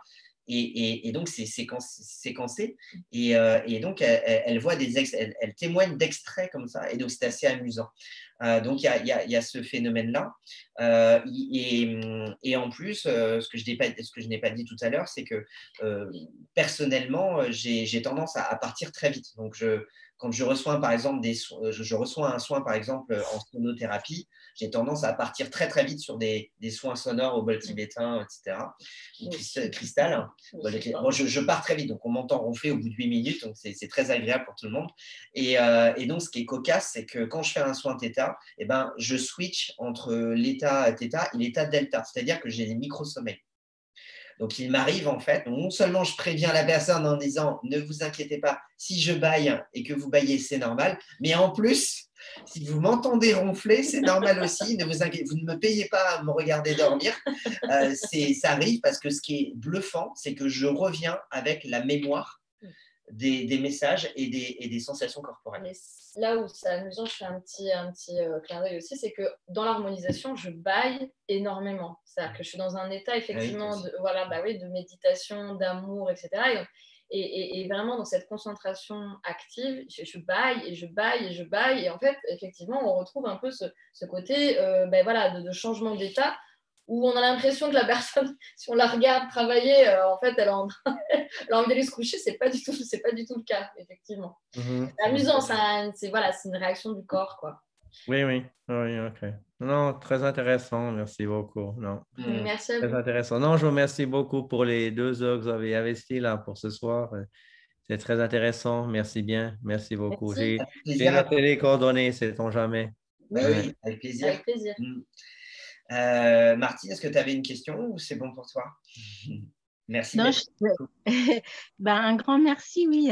J'avais envie d'intervenir à plein de moments, mais pour échanger avec vous, en fait, parce que vous avez abordé plein de sujets qui vibrent pour moi, tu vois, tu dois le sentir et le voir à mon aura.